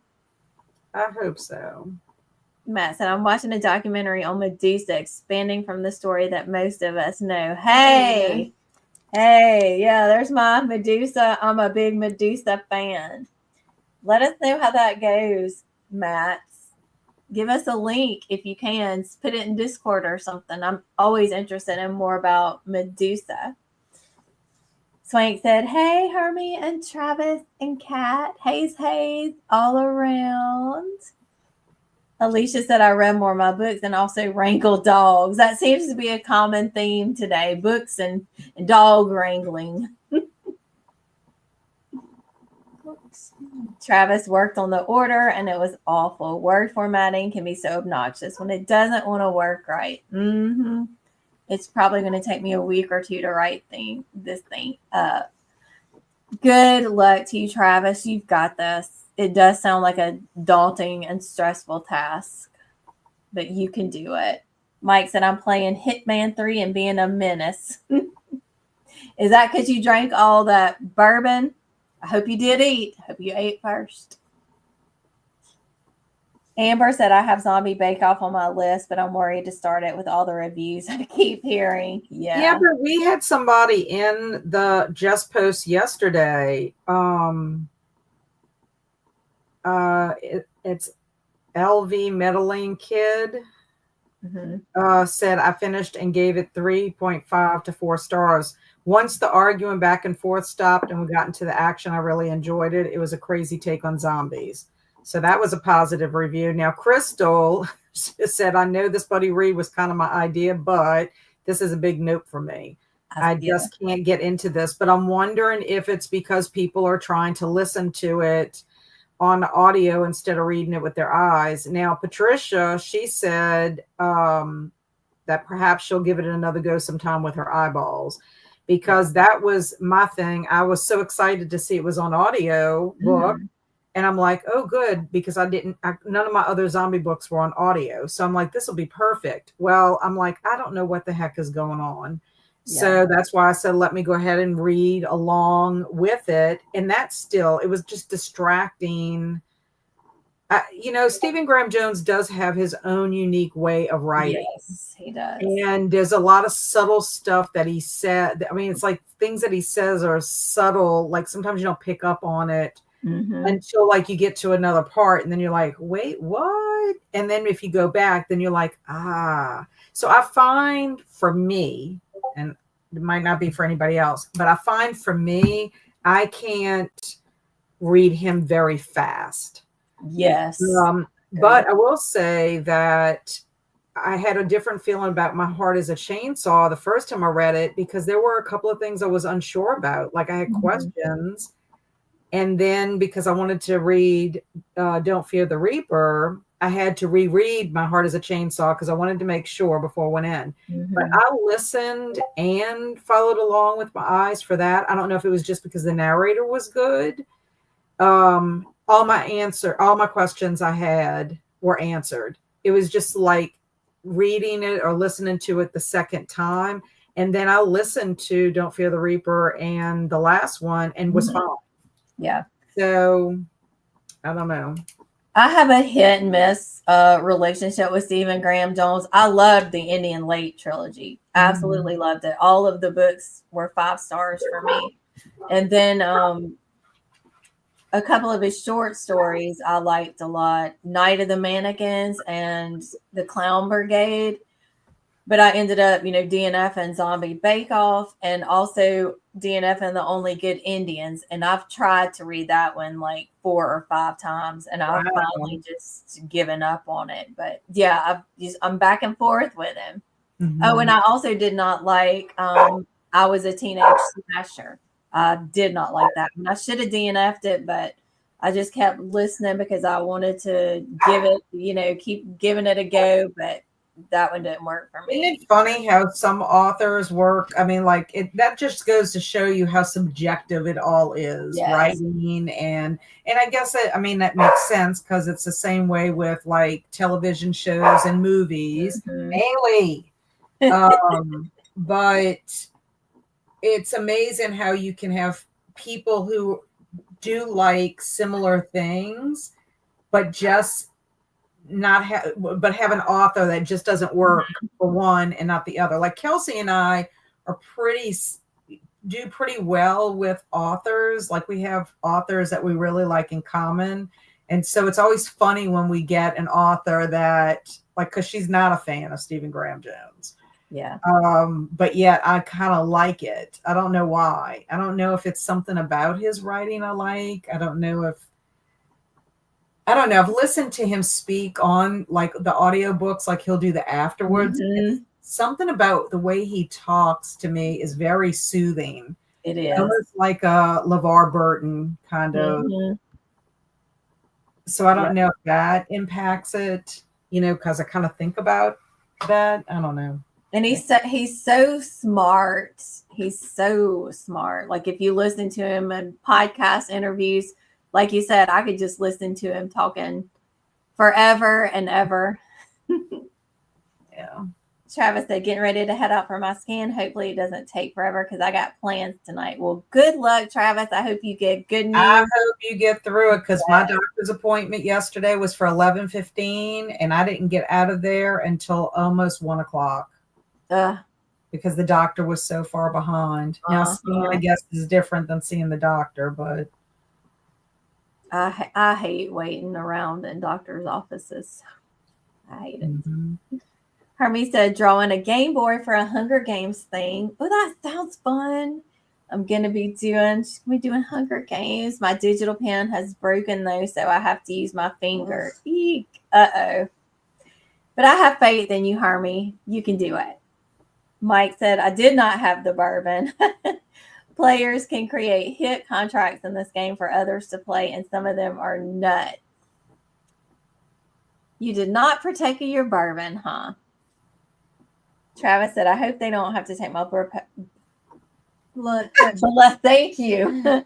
Blood pressure because I've had sweet tea, coffee with espresso, and candy. I'm sure it's off the chart. Why did you have those things knowing you might get your blood pressure taken, Travis?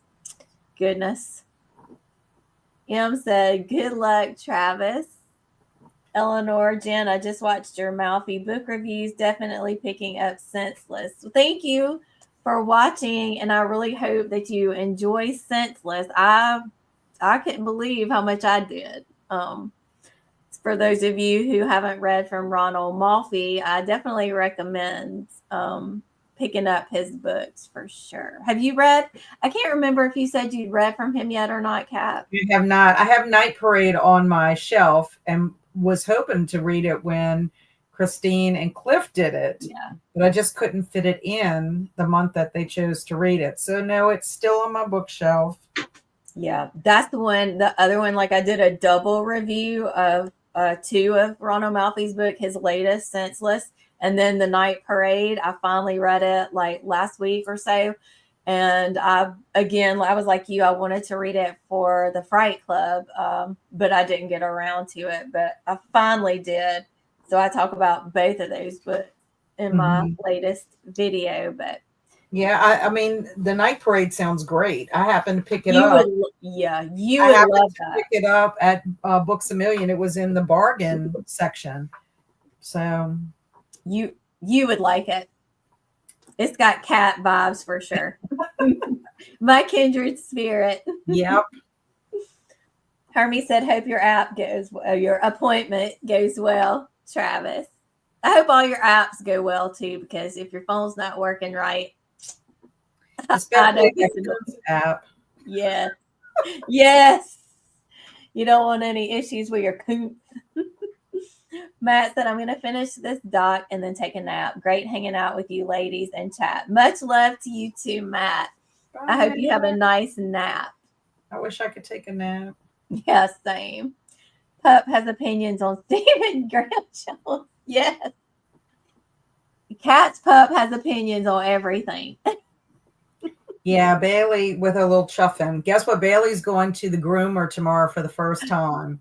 So y'all have to just send some positive vibes to her. I don't think she'll freak out, but we just want her to be cooler because Mhm. even though like both of Luna's fur texture or whatever is just totally different than Bailey's. Bailey has a lot. Like Bailey looks like she is literally wearing a fur coat. Yeah. Remind me now, what kind of dog is Bailey? She is a golden retriever. Yes. Yes. Yeah. So Very hairy dogs. Yes. Very hairy dogs. very And then- hairy. But the funny thing about it is Luna, who's German Shepherd, Mhm. sheds profusely, way more than what Bailey sheds, which is so crazy to me. But Bailey's fur is so much, and it's almost like having like real hair. Like Mhm. that you got to be careful about the matting. Yeah. Yeah. Yeah. A lot of brushing involved. Yes. Yes. Especially if they like water. Or getting in water or playing with water. Yep. Yeah. So Em said, "Oh, mouthy." I thought you said mouthy at first. No. You know what? So, mouthy's good sometimes, right? Travis, the best thing about today is my boss hasn't pawned the new girl off on me yet, but it's a matter of time. hey, that new girl might become a good friend, Travis. Exactly. Amber said, I took my dog to the groomer for the first time recently, too. Thankfully, even when he's nervous, he just freezes unless whatever is happening happens. Best kind of dog. Yes.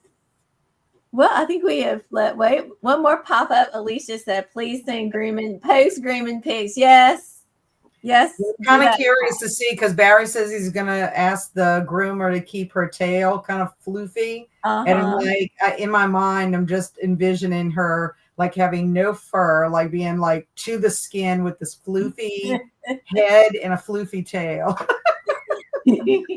I hope not. I know. We'll be looking for those pictures in the Discord, Cat. We got to see these post grooming pics. So thank you all. I think we're gonna head out. Travis, one more said our power company was at my door. I'm like, no, it's too hot. Don't turn the power off. Change the meter. Thank goodness. Whew. We don't need to be without that air conditioner right now. That would be the worst part of the zombie apocalypse, probably. Yes. Exactly. We get it bad enough if we lose power during hurricanes. Mm-hmm. Well, thank you all so much for joining our Zombiethon sprints today and for welcoming Laurel. Yes, I hope you come back and hang out again. Yes, it was nice to meet / talk to you guys. Yes, and Kat, I'm glad you were able to pop in and I appreciate you sprinting for Zombiethon. That means a lot to me. Thank you. I'm having so much fun. So much fun. Eleanor said thank you, and thank you from Alicia, and nice to meet you, Laurel.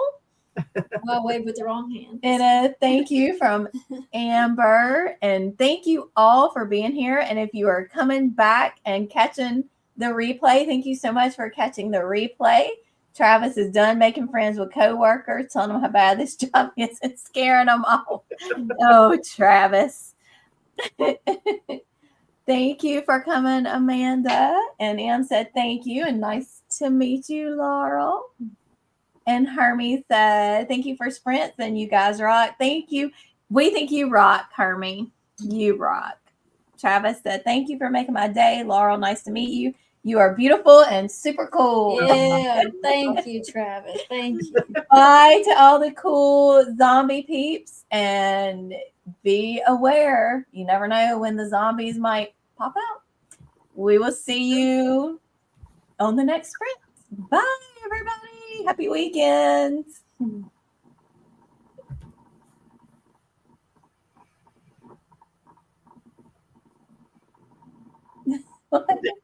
Is it ending? No, why is it not ending? Just smile and wave, boys. Why? Did you press it twice? Did you press it twice? I did.